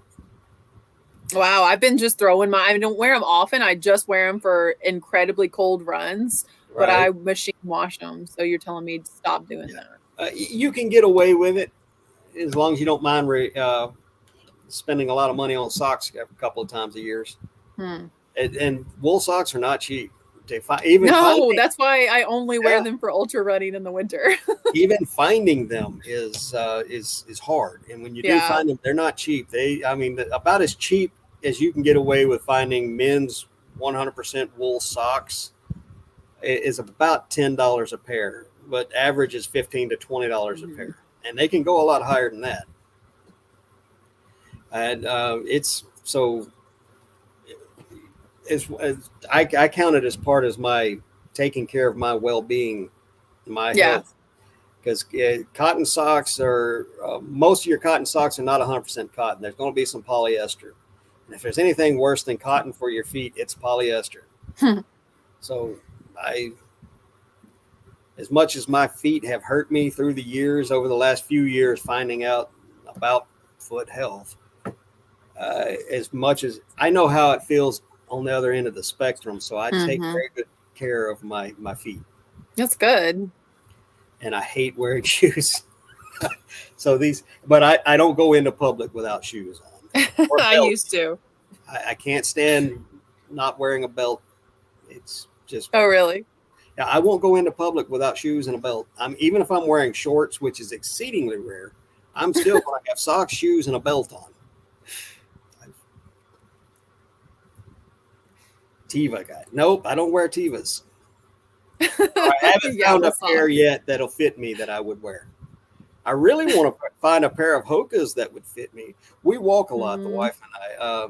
Right now, I've got one of my little girl dogs. She's got newborn puppies. They're only like 4 days old, and so she's not going on her walks. But normally, we go on at least one walk a day, normally two, and it's average 2 to 3 miles per walk. Hmm. So I do a lot of walking, and I need good shoes on my feet to do it. Be sure that whatever Hokas you get, you walk for a while. Like if you go to a running store, they'll have a treadmill or something. Actually walk for a little bit in them. Don't just try them on because not all Hokas are made the same. Some of them are like bricks on your feet and some of them are cushiony and some I have a have lot of yet to flexion. find a pair of extra wide Hokas in any size. Oh, So I doubt that I'll find a pair. 4Es. Hokas? Cool. Well, Kent, I know you have you're one of a couple people that have a really good shoe source. I don't. Um, I could look at 1,000 pair of shoes in a week, and I may only buy 4 or 5. That's how bad my shoe sourcing is. yeah. So yeah, here in Southern Oregon, shoes are very difficult to source.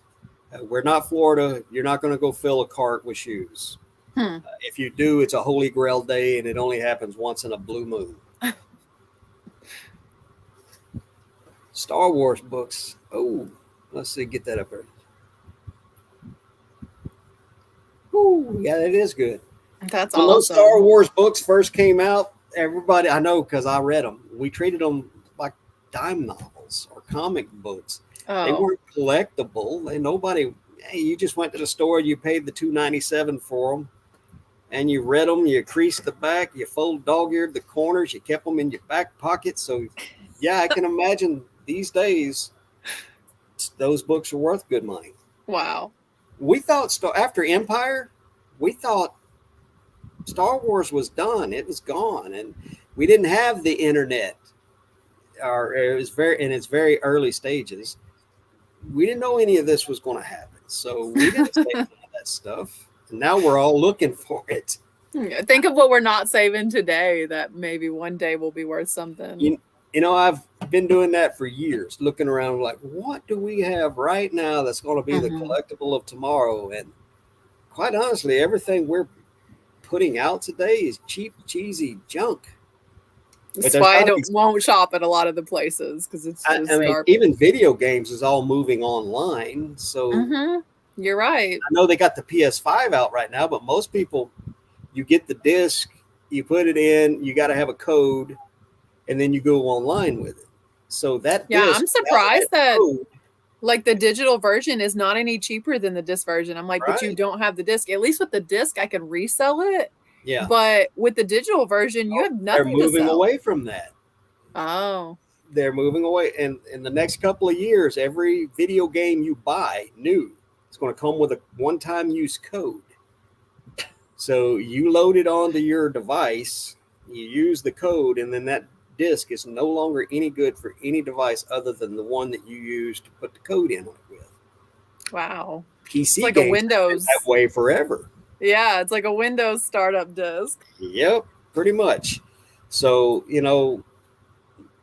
that's out the door. Hot Wheels, they're pumping those things out by the metric ton. You can buy them brand new for less than $1, and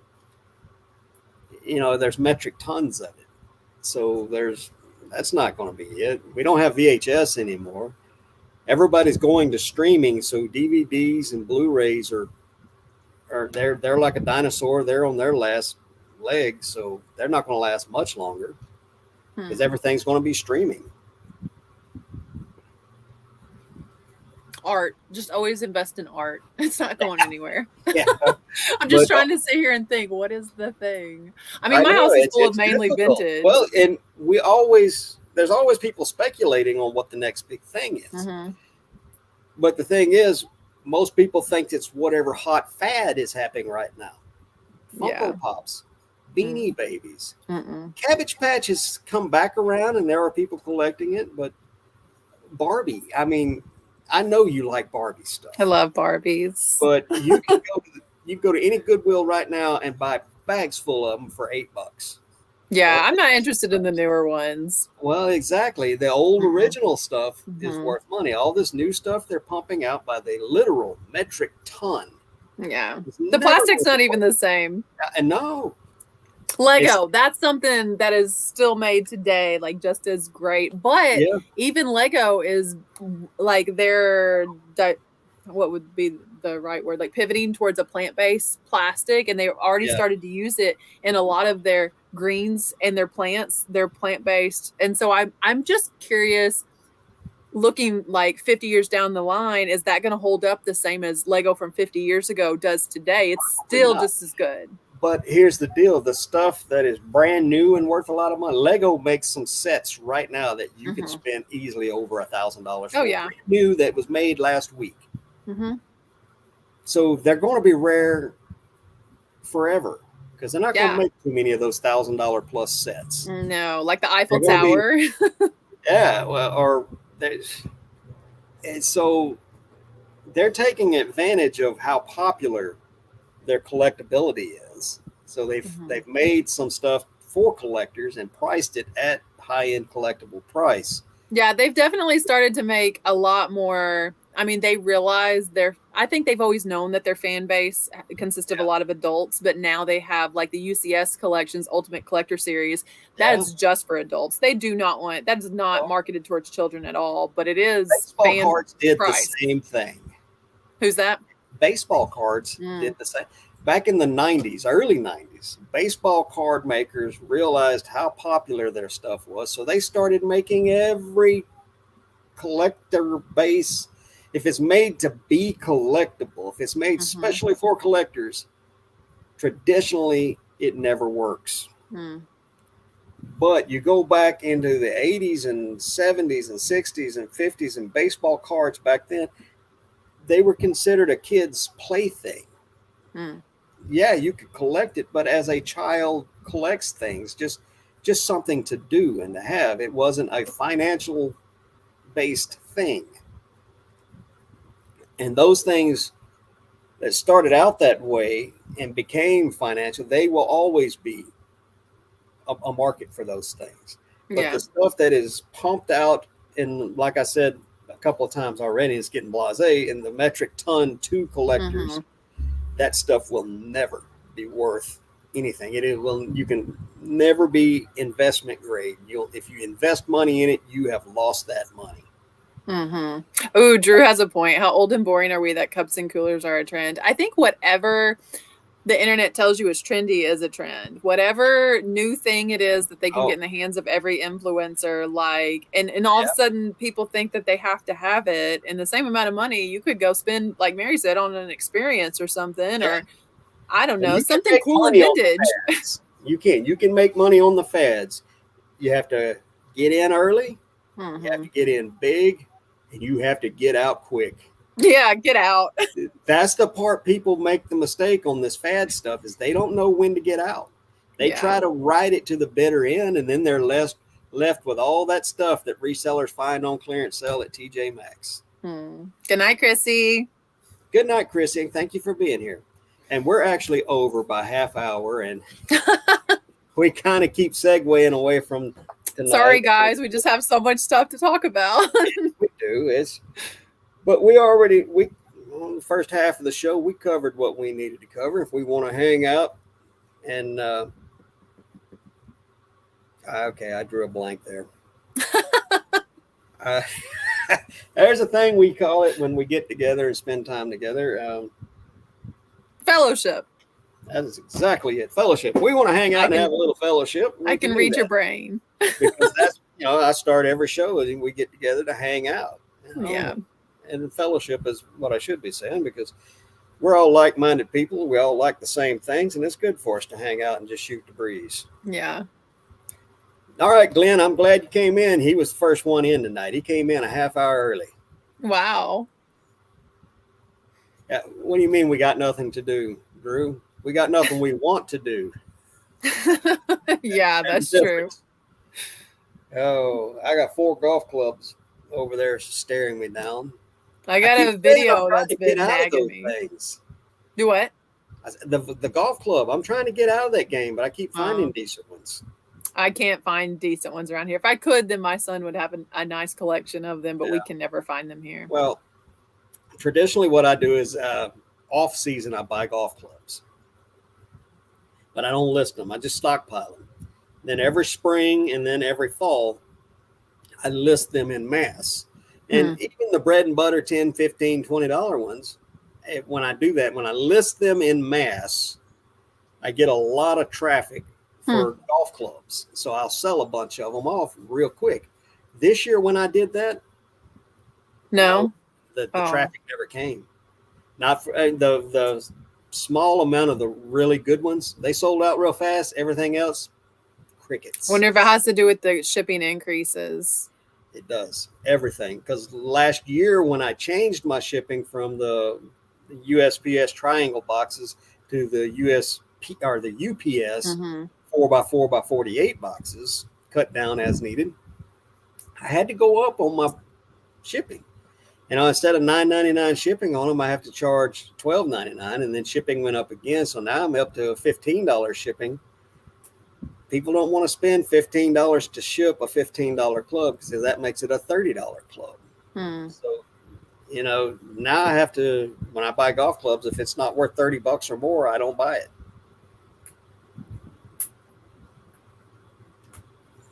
Sit around and chew the fat. Yep. But I hate fat. I don't.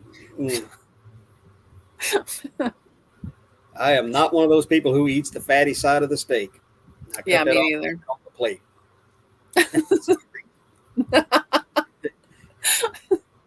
Tofu doesn't do me like that.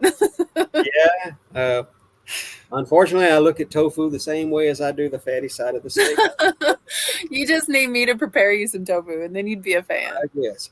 I'll try anything once. I'm a good cook. But what with feta? Oh, feta's another one I can't handle. Oh, when I did eat cheese, I really loved feta cheese. Yeah. And I like a good bold flavored cheese, but there's something about feta just really. I don't like blue cheese either unless it's made into a dressing blue for hot wings. That's it. And the people who put blue cheese on a steak, you people are monsters. Nice. I always loved blue cheese when I did eat dairy. I liked like a brie. I would eat brie with crackers and grapes, and I love cheese. It just brie and Gouda. Don't eat it. Extra sharp cheddar cheese. I love it. Yeah. I love good bold flavors, but there's some flavors I just don't like. And Christopher Nutter, Dad made him eat everything but the bone. My dad made me sit at the table one time because he made beef stew. He was a big fat eater. I don't eat fat. He made beef stew, and in my bowl were these 2 or 3 great big gobs of fat, and he told me I couldn't get down from the table until I ate them. I sat at that table for more than 6 hours before my grandma came and got me and told me I couldn't get down from the table. Dang. I've got my oldest is a very, very picky eater, and I've had to pick my battles with him. He's 17 years old. He's never had eggs for breakfast. He's never had a bowl of cereal for breakfast. Really? Like, yeah, he's I about like as cereal. picky of an eater as you could get. Yeah. Now, but I was one of those kids. I love vegetables. We Well, grew up. hey, you had that going for you. Yeah, it wasn't nothing for me to go out in the garden, especially if I could get my hands on the salt shaker while Grandma wasn't looking. I'd go out and just browse through the garden. Fresh fruits and vegetables right off the vine, still hot from the sun. Nothing better. Good tomato. I bought myself 2 fig starts this year, so and one of them already got figs on it. But next year, I've never had a fig. I mean, they have like dried figs and stuff, but I like dried figs. But there's really only 2 ways I'll eat figs, and that's in a fig Newton, and the other way is right off the bush, still hot from the summer sun. Where I grew up, everybody makes fig preserves. Can't stand them. But fresh fig right off the bush, super ripe, still warm from the summer sun, nothing better. Is that a common produce where you're at, figs? No. In fact, there's this small valley where I'm at is the only place in the Pacific Northwest that I'm aware of that has a mild enough winter to grow fig trees. Oh, wow. We kind of got our own little microclimate here. We have a lot of wine producers here because of our microclimate. That's cool.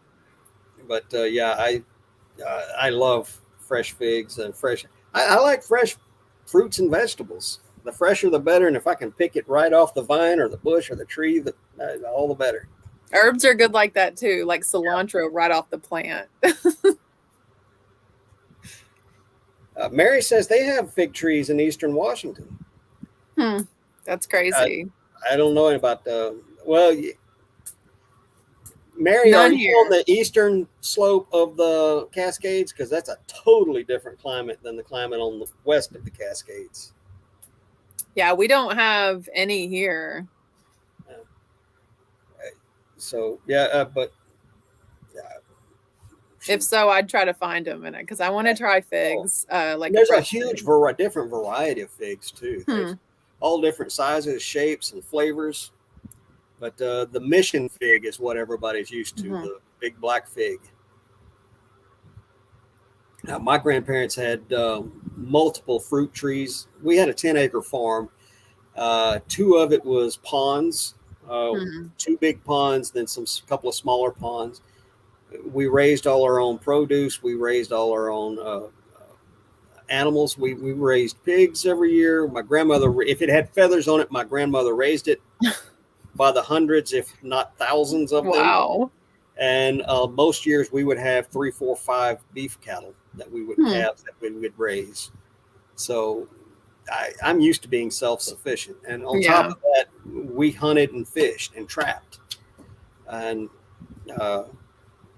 I trapped right up until the fur is bad movement happened. And we hung our traps up that year, and they rusted right off the chains, and the hooks on them grew right into the trees where we hung them on a nail on the side of a tree. Wow. We fished. The point is, my family was very self-sufficient and very frugal. We never had a lot of extra money to spend, but we always ate very good. So, that was one thing we always had plenty of was good food. Really good food. So it's not too hard for me to give up fast food. Yeah. As much of a guilty little pleasure of it that it is. It's not as tasty. Yeah. I mean, last night we fired up the smoker, and I came home after pricing hamburgers at fast food joints. I mean, it's freaking ridiculous how expensive that stuff is. It's crazy. For less money than what a hamburger is, we roasted a pork loin last night, and there was leftovers today. That's awesome. So there was me, my wife, and my daughter. So there's been no less than 4 meals Wow. consumed for less than the price of one fast food hamburger meal. And I'm sure a lot healthier for you as well. Oh I God, yeah. mean, and I'm always like, sometimes we'll go out to eat somewhere, and I don't know if this is like, I'm. It doesn't sound very humble, okay? But I really think I'm a good cook. So when I have like the restaurant food, I'm just like, because I know that I could cook it better. And Drew is always like, I like your pasta better, or your sauces, so much. I'm like, why do they not season stuff? I just Yeah. I Well, don't get it. We'll they go have can't sushi season though. stuff because a lot of people that go to restaurants, they can't handle I bold guess it's seasoning. like eating in a hospital. Yeah, it really, and for the same reason. I guess. You can they take the stance that you can always add more to it. Hmm. The I problem is guess. anything that is starchy or anything that's starchy, really, you have to cook the seasoning into it. Mhm. Yeah, If you you're not season it handing me like after I only it's have. cooked, Yeah, I got salt and pepper on the table. I don't have yeah. paprika and garlic and like everything Well, else you should have put in there. I like big bold flavors, but I like simple big bold flavors. So I don't Yeah. have a whole bunch of rare and exotic spices. I don't use marjoram. I My don't even know what. favorite my favorite food on the planet is Indian food. Like we'll Yeah, spend money on Indian and Japanese, and those are the restaurants that we'll go to, but there's no Indian restaurant around here, so that's like when we're on a trip. Because I think Indian culture, like they know how to use spices in a way that it makes my mouth water to think about it. I just think it's so good. oh, I've worked with some Indian folks, and they would bring me food, and they're like, "Be very careful; it is very spicy." I take it. Your accent was I'm pretty good there. bracing. I'm bracing myself because I'm like, these people have some. I know there's some really hot peppers come from Uh-huh. their part of the world, and I take a bite, and I'm like, man, what are you talking about? This ain't hot. And because I'm from East Texas, Yeah. so I've got Cajun, Creole, Mexican, and Tex-Mex all right there. And we eat big, bold, spicy food. I mean, you put a nipple on a bottle of Tabasco, and you've got a redneck baby bottle from where I'm from. So I really like Louisiana hot sauce, and I love the Tabasco jalapeno because it I has love the green such a bottle. good flavor. I don't Yeah, but like they their don't sell it regular at our Walmart Tabasco. anymore. That the regular Tabasco was always way more expensive than the Texas Pete or just the Louisiana Red Hot, the Hmm. cheap stuff. I So I love grew up eating Louisiana. the cheap stuff. So it's got a very heavy vinegar forward Yes, flavor, it's where so even good. more so than the Tabasco, because the Tabasco is fermented Mm. and it doesn't have that same vinegar hit that I like. So I don't I like love the that Tabasco. Louisiana vinegar hit. It's so good. Yeah, but the cheap stuff has a bigger vinegar hit on it than Hmm. the branded Tabasco. So I make my own hot sauce sometimes. Oh, that's cool. I ferment it out and blend it up and bottle it and everything. It's I shelf tried to make stable. hot sauce one year. It didn't work out well for me. Yeah, well, the key to making good hot sauce, instead of making it in half gallon or 1 gallon, well, I guess half gallons would work, but make multiple batches of it at a time. Hmm. It's not hard What for a would you do with ferment. all that? Believe it or not, you go through it faster than you think, especially Hmm. when you got friends who know you make it and they come Oh. around. Hey, you got any more of that hot sauce? Man, that's Oh, I my got to get last bottle. friends now. Okay, now I got to make my own hot sauce Well, and make friends. yeah, but yeah, I make a smoked jalapeno sauce, That sounds good. and I make basically I make jalapeno sauces because I can't get good. I can't get nobody sells Tabasco peppers up here, Hmm. and so still going. Oh, the sriracha. Speaking of hot sauce, Mary reminded me. Sriracha hot sauce right Hmm. now is selling for It's only that good one grief. brand, though. The hung soy, the Yeah. original hung soy sriracha sauce. I can tell you the fastest way to put it into the sriracha sauce thing is if I went and bought some. If I bought some, the bottom would fall out tomorrow. And I was telling my mom and dad this. I cannot Yeah, tell you the number of Lady Gaga Oreos, yeah. Rick and Morty Pringles, all of these little food fads, and I go buy some up. And if I better buy something my family wants to eat because we always end up eating Oh, it. the McDonald's Happy Meal toys, the adult Happy Meal toys that were Hmm. hot 6 months ago. I found a couple of them in the bins a week or two back. Oh yeah. I lotted them up. I think I sold them for $10 plus shipping. Yeah. Well, when those things first came out, they were selling $20, $30, $40, $50 a piece. Drew just told me I can't make friends from the basement. These are my friends. All these girls love me. Yeah. Hey, where is your mannequin head? Where is she? She is back there. You can't even. Oh, now you can see her a little bit. I see her silhouette. Yeah. She's living her best life up there. Yeah. With a pageant sash on. I'm telling you, if I run across one identical to it, I would leave it behind. That thing. Really? Yeah, that's that thing is a little. She's gorgeous. I won't say creepy, but to me, she's a little bit on the weird side. Hold on. What if people have not seen her and they just take your word for it? Oh, go ahead. Hang on. I hate to tell you this, but there's been conversations about her. Lily, that's what you call her. People don't like Lily? Oh, I'm sorry. Name names. Who doesn't like her? Nope. We'll go hunt him down.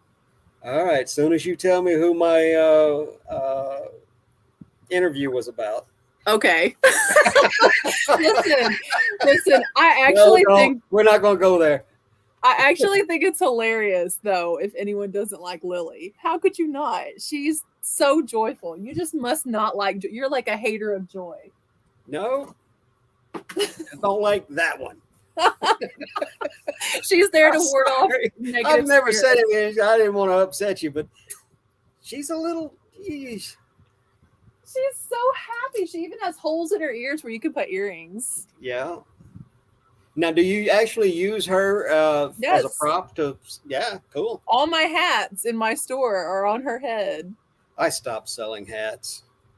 They're a pain to refurbish. They don't sell that well for me, or I don't find the ones that sell well. So I just every once in a while I'll find like a fancy hat, not like a standard baseball cap or anything, but I'll find like a fedora with some label in it that means something to somebody, and those I can sell. Like I found an Australian cowboy hat here a while back, still in its original box, and that sold well for me. So That's awesome.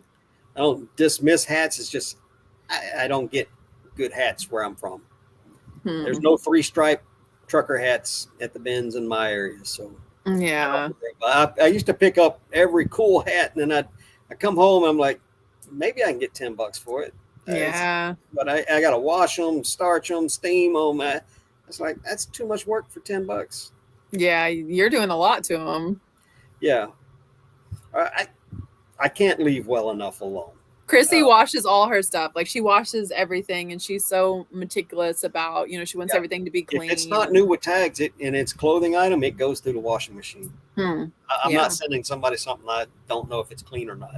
Even if it looks good, it goes through the washing machine. Fishing had the dirtier with fish guts. Hey, Mary, good on you, because I can't sell them.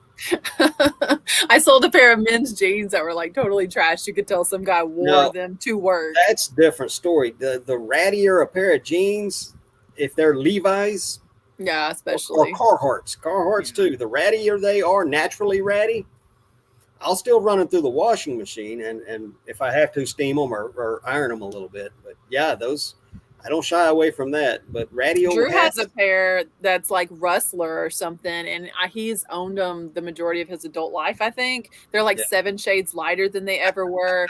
He's worn holes in them. There's like a rectangle on the back from his wallet, and he's like, one of these days you're gonna try to sell these, aren't you?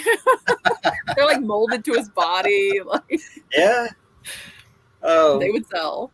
Old Red Wing work boots are the same. You get a beat up pair, and now as long as they're not cracked all the way through, and they've got some good tread left to them, and the welting hasn't come apart or anything, they're not actually damaged, they're just worn.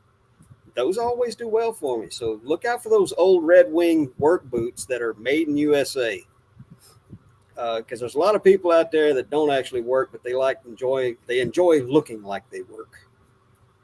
Nice, yeah. And they usually wear a lot of flannel, and have a lot of oil in their beard. Yeah. I see a lot of those in the Pacific Northwest. A lot of oil in their beard. Oh, Drew's beard is often cleaner than my hair, so.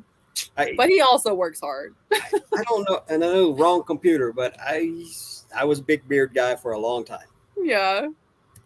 A couple of years ago, I was out here in the shop working, and I leaned over my heater for something, and I burnt right up through the middle of it. So I Oh looked my like a gosh. dwarf. Yeah, I beat it out, and there was no trimming it to save it. Nothing. I I'm looked so like one of glad the that you weren't dwarves. like hurt. I looked like one of the dwarves from the Lord of the Rings movies or something with a big fork beard. That's like nope. And just so happened it was my wife's birthday was the next day, so I went in that night and shaved it, and that was her birthday gift. Is I shaved that big beard that she hated. Wow. I didn't tell her I had to until a few days later.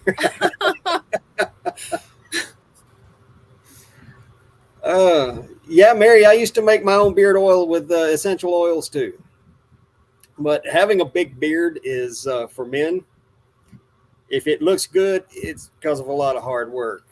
If you it takes a lot of hard work to make a big beard look good. Yeah. There's only two types of big beards: scraggly, nasty, or healthy, full, and good looking. Yeah. And it takes work. What Drew say? You could have a Fu Manchu after the fire. Yeah, no. I tried the handlebar thing one time with the wax Wow. curled up ends, Yeah. and no. But yeah, I had the big beard. So if Have I you say seen the anything about big contest? beards, that's normally in. I'm joking. Have you seen the beard contest where they like go all out and make artistic designs and maybe sculpt something out of the beard? Yeah, is that up here too? I mean, that's a whole thing. It's Yeah, insane. Fireball Flippers is here. Sorry, no, I don't wear socks with sandals. If it's cold enough that I need socks with sandals, I'm putting my shoes on. But yeah, you see a lot of those folks up here. It's just something weird about somebody wearing a beat up pair of Red Wing boots, skinny jeans, and flannel, and a big beard and a man bun. I mean, if it makes you happy. Well, I was never one to follow fads much. My whole life it's been jeans. But you live in like the land of hipsters, so I'm sure you see a lot of hipsters. This is the land of hipsters. I mean, when I was a kid, I had a mohawk. Back in the 80s, I had a mohawk for all of one day. And the next day, I had a high and tight. Oh. Yeah, I've never been one to follow fashion. For me, it's always been jeans and a t-shirt and a ball cap. I am not a hipster, Drew. Hell, even my shirt was a free giveaway. Yeah. I mean, honestly, fashion, I guess, is different to a lot of people. And even if you don't follow the trends, I feel like it's such a way to express yourself. Yeah. And you can, okay, my mom just got her nose pierced. And she did like these 3 piercings, and she's like, I've wanted it my whole life. And my dad was like, you've wanted it since you were like at least 16 when he met her. Like, why not just go do it? And I told her on the phone, I was like, I'm happy that you're happy.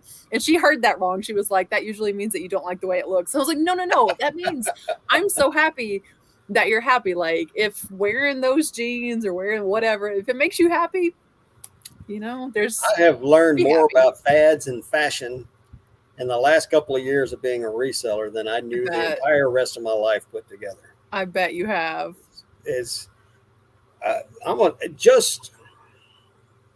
Men's jeans are waist versus hip, boot cut or straight leg. That's basically it. When I started selling women's jeans, I had to learn what rise was and the hip measurements. And I remember seeing a video you put out. You had like 4 different pairs of jeans, all the same size label, but they all 4 fit completely different or didn't fit at all. Mm-hmm. So I had to learn all of that stuff. Yeah, like me trying to get the same size 10 jeans up over my butt, and some of them are big around the waist, and others won't Yeah, cross over my thighs. I'm like, they're all the same size. yeah. So size 6 is not a size 6 is not a size 6, and Nope. I put every measurement I know of, and there's probably some I'm missing, but I put the waist, the inseam, the hip, the rise, and the leg opening. Those, and then I also add in the manufacturer's label size. So there's Yeah. at least 6 different measurements on every pair of jeans that I list. And I use a whiteboard and I just write it all down. Something about having I know everybody swears by the reseller measuring stick. Hmm. I don't like having a measuring thing in my pictures. So I make those measurements, write them all down, and take one picture. It gives all of the measurements. Misha Renee, I hope I'm saying your name right. Yeah. Howdy. Jen is here, Jen's Multiverse.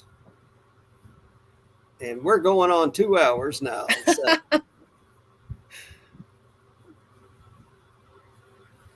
This is true. I'm trying to catch up on some of this stuff. No problem. Yeah, Mary, that's exactly what I was just saying. Is I write it all on a whiteboard, and I take a picture of the whiteboard, and that's one of the pictures on all my listings. Same thing with shirts. I put the shoulder width, pit to pit, and collar to hem. And if they're a long sleeve, I'll put the length of the sleeve on there. I think those are great measurements. Yeah, the more information you can give a buyer, the better. I mean, there's been a lot of times where I see a used garment or used anything, and there's just not enough information, not enough pictures. I will no longer sell. I'm slowly but surely getting rid of all my clothing items off of eBay, moving them over to Poshmark.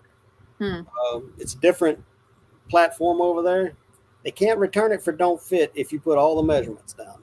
So I like it for that reason, because I don't spend a lot of money on the clothing items I buy. The vast majority of them I get from the bins. Right. And yeah, that's great that you have a bins close by. Yeah. I start out with the hard goods, and my goal when I go to the bins is to get a minimum of 20 pounds, because as soon as you hit 20 pounds, the price drops down to 79 cents a pound. Wow, that's so awesome. So if I have 19 pounds, it costs more than 1 pound more. Sometimes I just grab an item to get up to my 20 pounds, and as soon as I get paid, I take that item and throw it right back in the bins and leave. Well, it's because the price jump, it goes from like $1.39 or $1.29 at 19 pounds down to 79 cents a pound for 20 pounds. That's incredible. I'll go through the clothing and try to make up my weight with clothing, but not just any clothing. It still has to be sellable, because jeans, it doesn't take very many pairs of jeans to make a few pounds. When I go to the bins, it's a 6-hour round trip, so there's no chance I'm not clearing 20 pounds. Right. I spend at least $100 if I'm gonna go, because I have to make it worth my while to drive 6 hours. Well, luckily, my bins are 10 minutes down the road from me. Unfortunately, my bins is kind of small. We will have like 10, 11, 12 bins out of clothing, but only 4 of them are clothing. The rest of them are textiles and linens. Oh, wow. No, not good linens, not vintage linens. I'm talking about old skanky blanket bed covers and, just market it that way. Maybe there's someone out there looking for skanky bed sheets. Maybe, but I ain't messing with it. And for some reason, that bins location has gotten very popular in the last few months. So when they do a rotation, which you're lucky if they do one rotation a day there for clothing and another one for the hard goods. Every great once in a while, we'll get 2. Amanda Fireball Flipper, I saw you come in. I'm just now remembering to say hello. Amanda, okay, I'll let and Ken, SSK Promo is here. Amanda, I actually have quite a few tattoos. One of my best friends in the world is a famous tattoo artist, and I've got quite a bit of his work. But my tattoos are for me. I don't display them publicly. That's a private collection.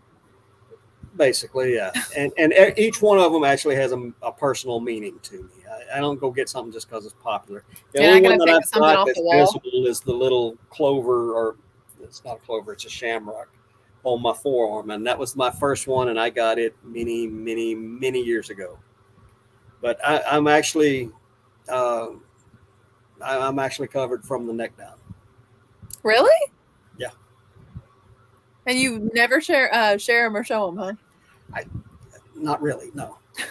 Again, they're, I see guys all the time, and they're their tattoos. They do whatever they want. Yeah. I see guys full sleeved out. I've often thought about getting sleeves, but I do a lot of work and have worked in the high end luxury world for a Mm. long time, and you can't do that in that world. Mm. Not in the places that I've worked for. You might get away with that on 47th Street in New York, but in Beaumont, Texas, you're not getting away with that. So I don't do it. But yeah, I'm literally covered. That's crazy. Yeah, I didn't know that.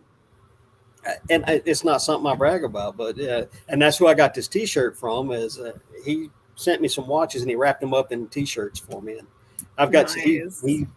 he designs and sells T-shirts from time to time, and he's always been good about giving me a T-shirt or two. Uh, no tattoos, awesome. I I find that hard to believe of Misha that she doesn't have a single tattoo. My buddy used to have a sign in his tattoo shop. Now, this buddy of mine, when I say he's famous, I really mean he's famous. He's worked on Ringo Starr and his daughter, Mm-hmm. the whole cast and crew of Roseanne. He was in and did all the tattoo work in a movie called Blood In, Blood Out. It was a prison movie. Had Billy Bob Thornton in it. Hmm. He worked on Billy Bob Thornton. He's worked on Danny Trejo. He worked on Poison. He did the. Have you ever seen the Poison album cover of the skull with the top hat, smoking something? And I think so. he actually designed that for them. Wow. And when they won an award for going platinum or whatever, they gave him one too. It always Wow. hangs on the wall. So my tattoo artist is. When I say he's famous, I really mean he's famous. That's awesome. I bet his work is impeccable. It is. And, Yeah, Drew says he wants me to learn how to tattoo. I feel like maybe one day I'll learn. He wants that because he loves tattoos. yeah. My buddy, you can look him up. His name is Gil Monty. Gil the Drill Monty. He's Wow. he's quite the character, but he's been a friend of mine for a lot of years.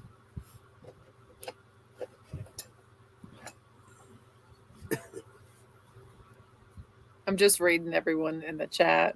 Yeah. I would travel. Oh, thanks, Amanda. Yeah, I feel like I designed one of the tattoos on Drew's arm. Like I drew it out and then he took it to the tattoo artist.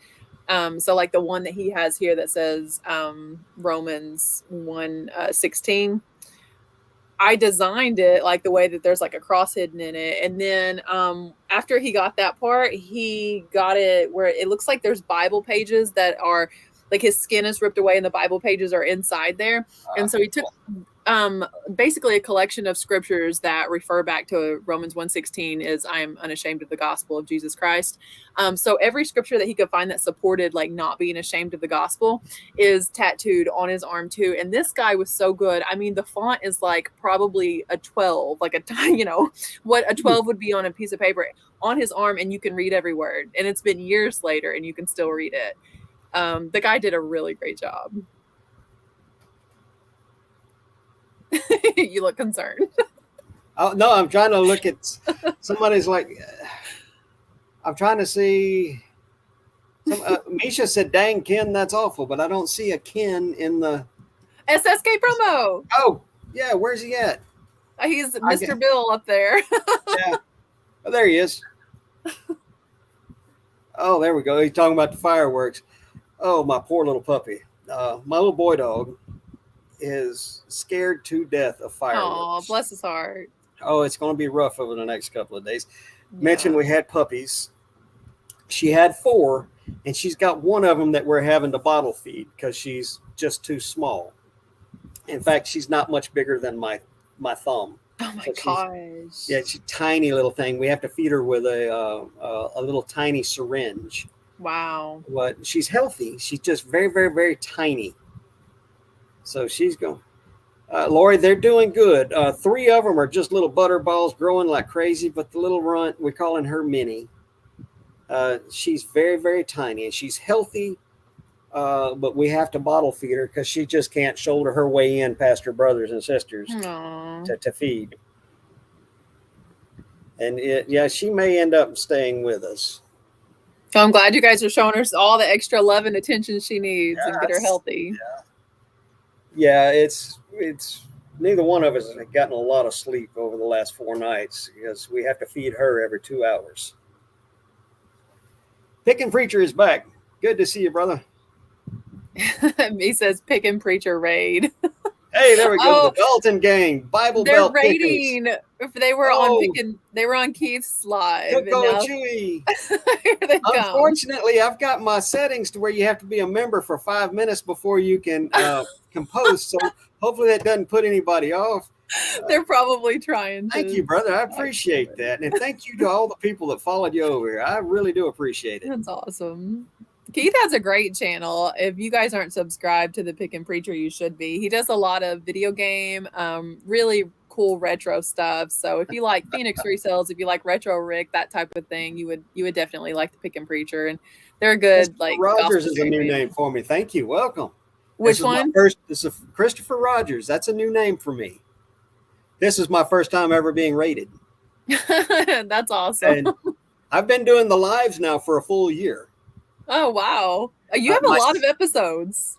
Yeah, well, my seasons are season 1 was the quarter that I started in. So there's only a couple of episodes for season 1. Then every quarter is a new season. Wow. That Drew and I were wondering the other day. I was like, maybe it's so many episodes makes a season, or maybe. So I wasn't sure how you did. It's by the quarter. So every time the quarter, and it's official quarters, like January, February, March, April, May was a quarter, and now we're in the second quarter of the year. But it's the 4th quarter that I've been doing these. Gotcha. Okay. So let's see. So every time you get an eBay coupon, that's a new season of Junk Monkey. My coupon didn't work this past quarter. Well, I saw Ashley Wheeler's post about, hey, it's June 30th. Be sure you use it. And I was like, oh, I have to do that today. And what a loser. July 1st, I was kicking myself. I was like, no. So I'm just going to say that maybe mine wouldn't have worked either. I get my 8x6x4s from eBay. So I end up getting like 25 of them for $3 and change. Listen, I get our biggest controversy here. I get the tape, and I know you hate it. You hate it. You got to use so much of it. No, you don't. You do not. I'm going to make a video. How many pieces of eBay tape it takes to like tape Drew to the wall or something. And you're going to see how strong that stuff really is. Send a 2-pound package from where you live to where I live via USPS ground. It's going to be Ground Advantage now. Oh, that was something I was going to talk about. Folks, July the 9th, first class packaging is going away, and you will have to edit every single one of your first class listings. I spent the weekend doing it. I ended every single listing I had, which was only like 116 of them. But I ended every one of them and went back and edited every one of them and got rid of first class shipping. Now, you're going to pay about the same, but it's not going to be called first class shipping anymore. It's going to be called USPS Ground Advantage. They don't have that available for you to click on yet. But the workaround, and this workaround works across the board, is just charge a flat rate for shipping, and that way you can click economy shipping and just put in there whatever you're going to charge. What if you're already charging a flat rate, but the flat rate is for first class? Well, that's what mine was. But I charge a flat rate for everything, be it first class, ground, UPS. So, like, what service did you choose for the flat rate to change? Like I have flat rate $5 first class right now. Right. Mine is $5.85 for anything under 12 ounces and $5.99 for anything 12 to 16 or 15.9 ounces.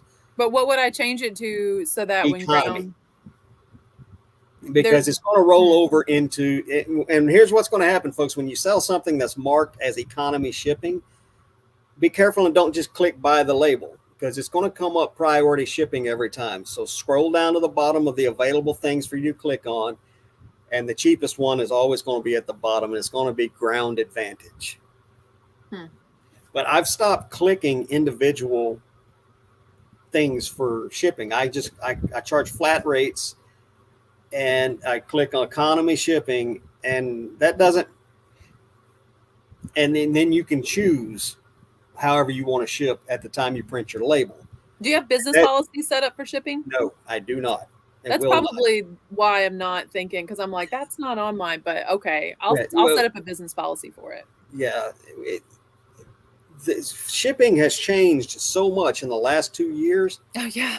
That I'd rather not set up a policy, because then you have to go in. It's an added complication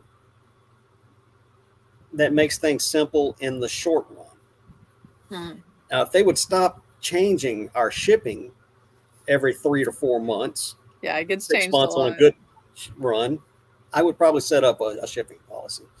But at least every 3 to 6 months, you're having to change shipping. They're upcharging this. They're stopping doing this. They're not doing it. They're adding surcharges for long things. I just put economy shipping, the size of my box and the weight, and I charge a flat rate for whatever I'm shipping. And sometimes it works out better for my customers because they're close enough to me where I can go ahead and ship it priority. But if I marked it as expedited shipping, and I live in Washington and the buyer's in Miami, well, I charge just enough to get it to them at the cheapest possible rate, which is usually the slowest. So I'm covered either way.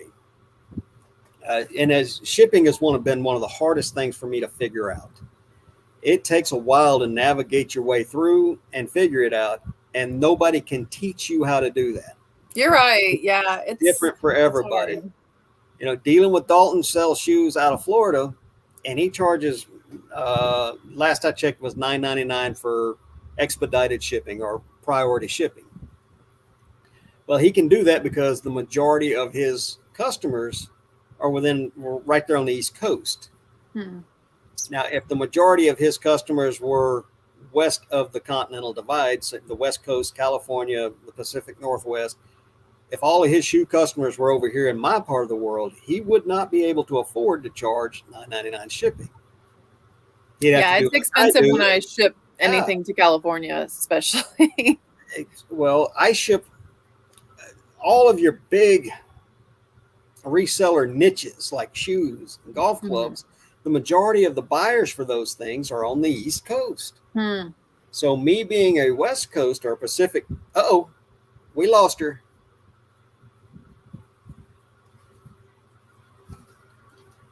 Well, folks, we're going to wait for her to come back in, but to get back to what I was saying, in shipping, you have to learn shipping, you have to do shipping, a lot of it. You're going to have to lose some money. You have to pay for your education. Device not connected. Rachel, there you are. She's back.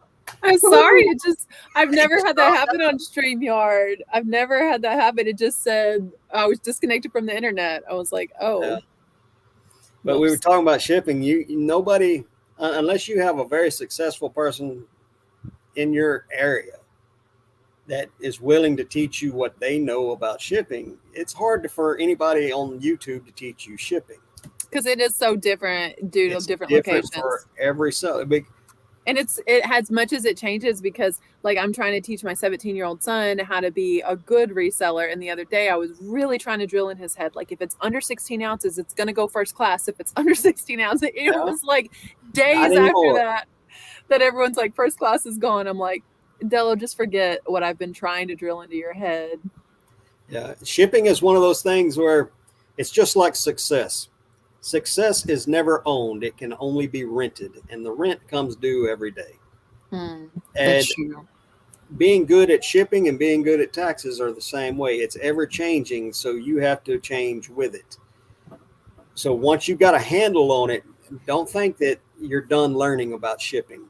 Yeah. Because they're Something's going to gonna. change. It's going to change. First class is going away. Who in the world would have ever saw that coming? That's true. But yeah, it's going away. They had three different types of small package shipping. First class, well, it went first class. It went fast. Then you had ground, retail ground, parcel select ground. Too many different grounds, so they just bundled it all together.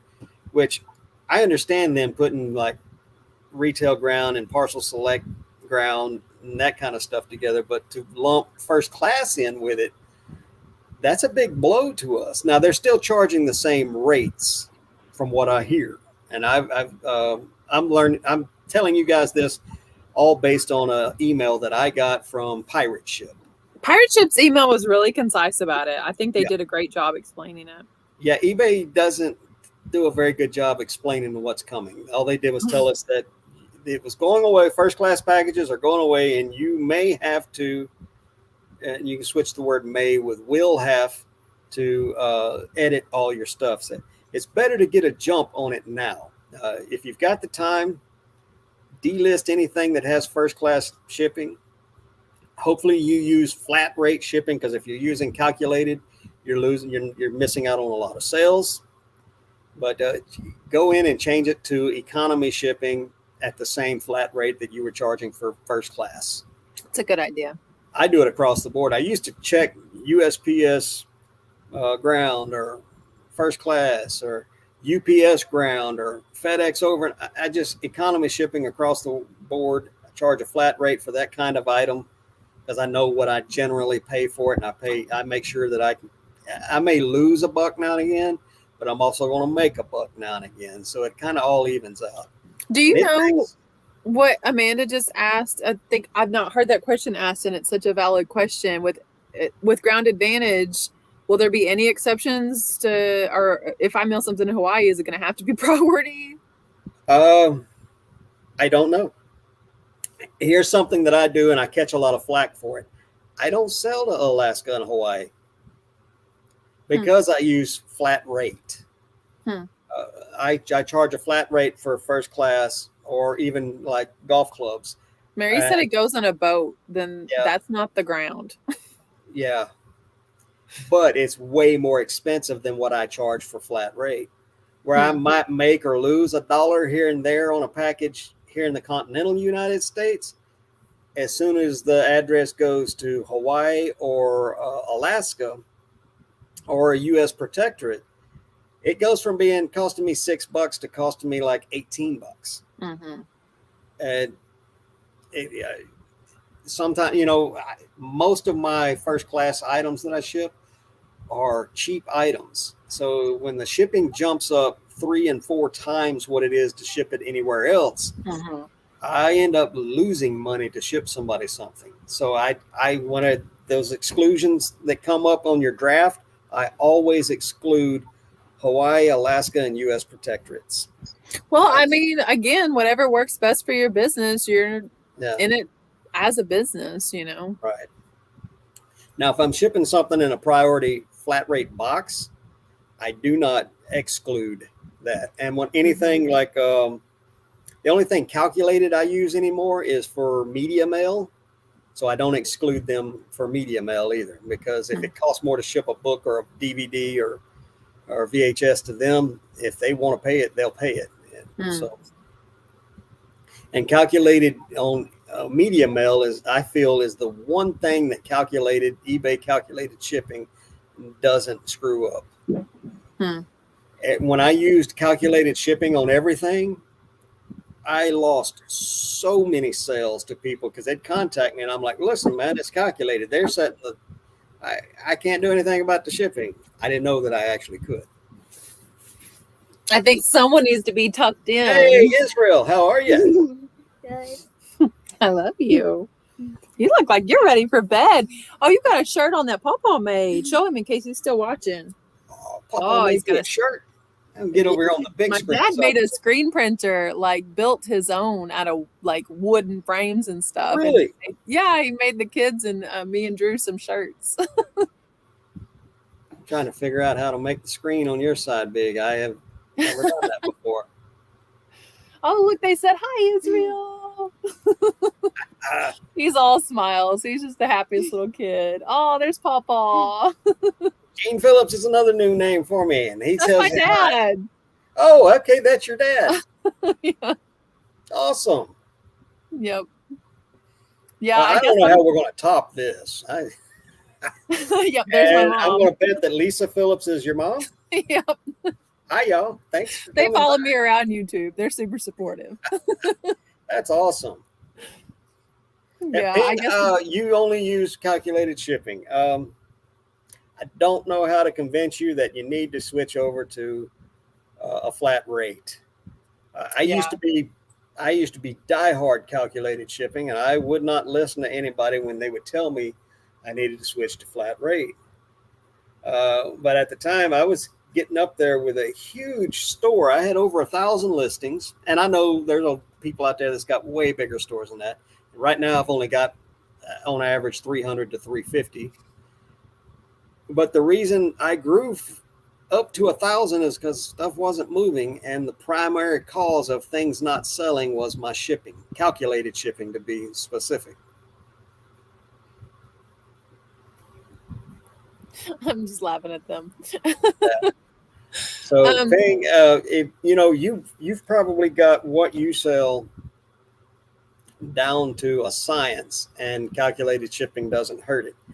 But when you sell a little bit of everything like I do, calculated shipping can just kill your sales. yeah, it filters out the like I in my a recent video I said something about I wish I could exclude California and somebody had really good advice. They were like, use calculated shipping. It will exclude California for you. And I was Pretty like, much, yeah. you're right. I mean, so if you don't want to, if there's certain areas that are just too expensive for you to ship to, or if you're even starting out in your reselling business and you can't afford those little whoops, it was $4 more, or I Yeah. mean, it may be the best option for you. You're crazy. I I talk to a lot of people to help me figure out shipping. yeah. Um, because I've been on eBay for over 20 years, close probably 25 years. But I always did auctions only, usually not more than one or two dozen things a month. And when they came out with flat rate shipping, that was the best of the flat rate boxes. And I would charge just enough to cover that. And that was, so I didn't know that much about shipping until I started reselling about 4 years ago now. And that was the hardest thing for me to figure out, or not the hardest. It just took the longest for me to get a handle on it. I think Perfectly blessed is in the house. your show's gonna go off the rails with my 7-year-old here, so we might ought to go to bed. Well, Oh, I think I'm gonna eat dinner first because I haven't had dinner and it's I have 10:22 not. here. I had some leftovers for lunch, and that was a few hours ago now. Yeah. But I appreciate you so much having me on tonight. I'm so glad you came in, and well, we stayed there. I think this is my longest show so far, so thank you. Well, it's been a real treasure. It's been a joy, and I'm thanks to everyone in the chat who participated, and you guys had great information tonight. I just love more than anything like the community teaching each other. If I don't know, then I know I can reach out to someone in this community who does know. So, Roman, you're right. And hey, Israel, What? Israel, good night, What? buddy. Sweet dreams. good night. We'll see you guys later. Y'all have a good one. Bye. Ooh.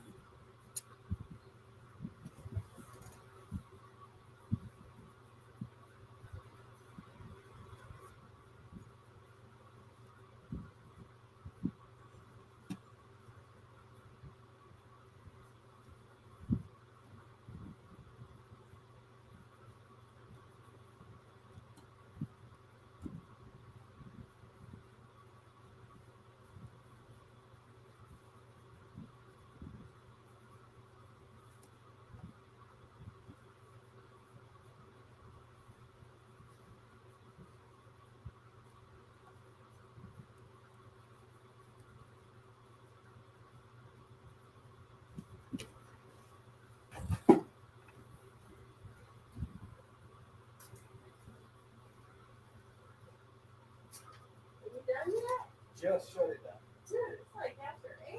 I know, it was a good show tonight. Lots of people. I got rated. That's not good. That means somebody else Somebody saw your genitals. rated, R-A-I-D. RH X-rated.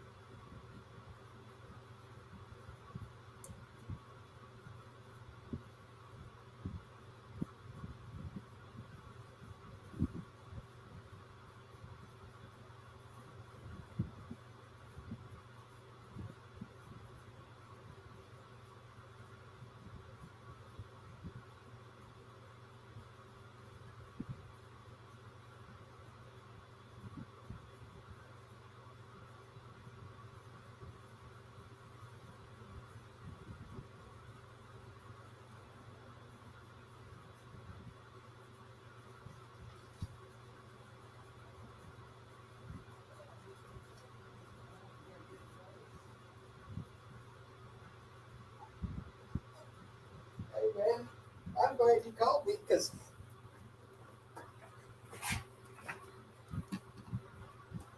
Yeah. End broadcast.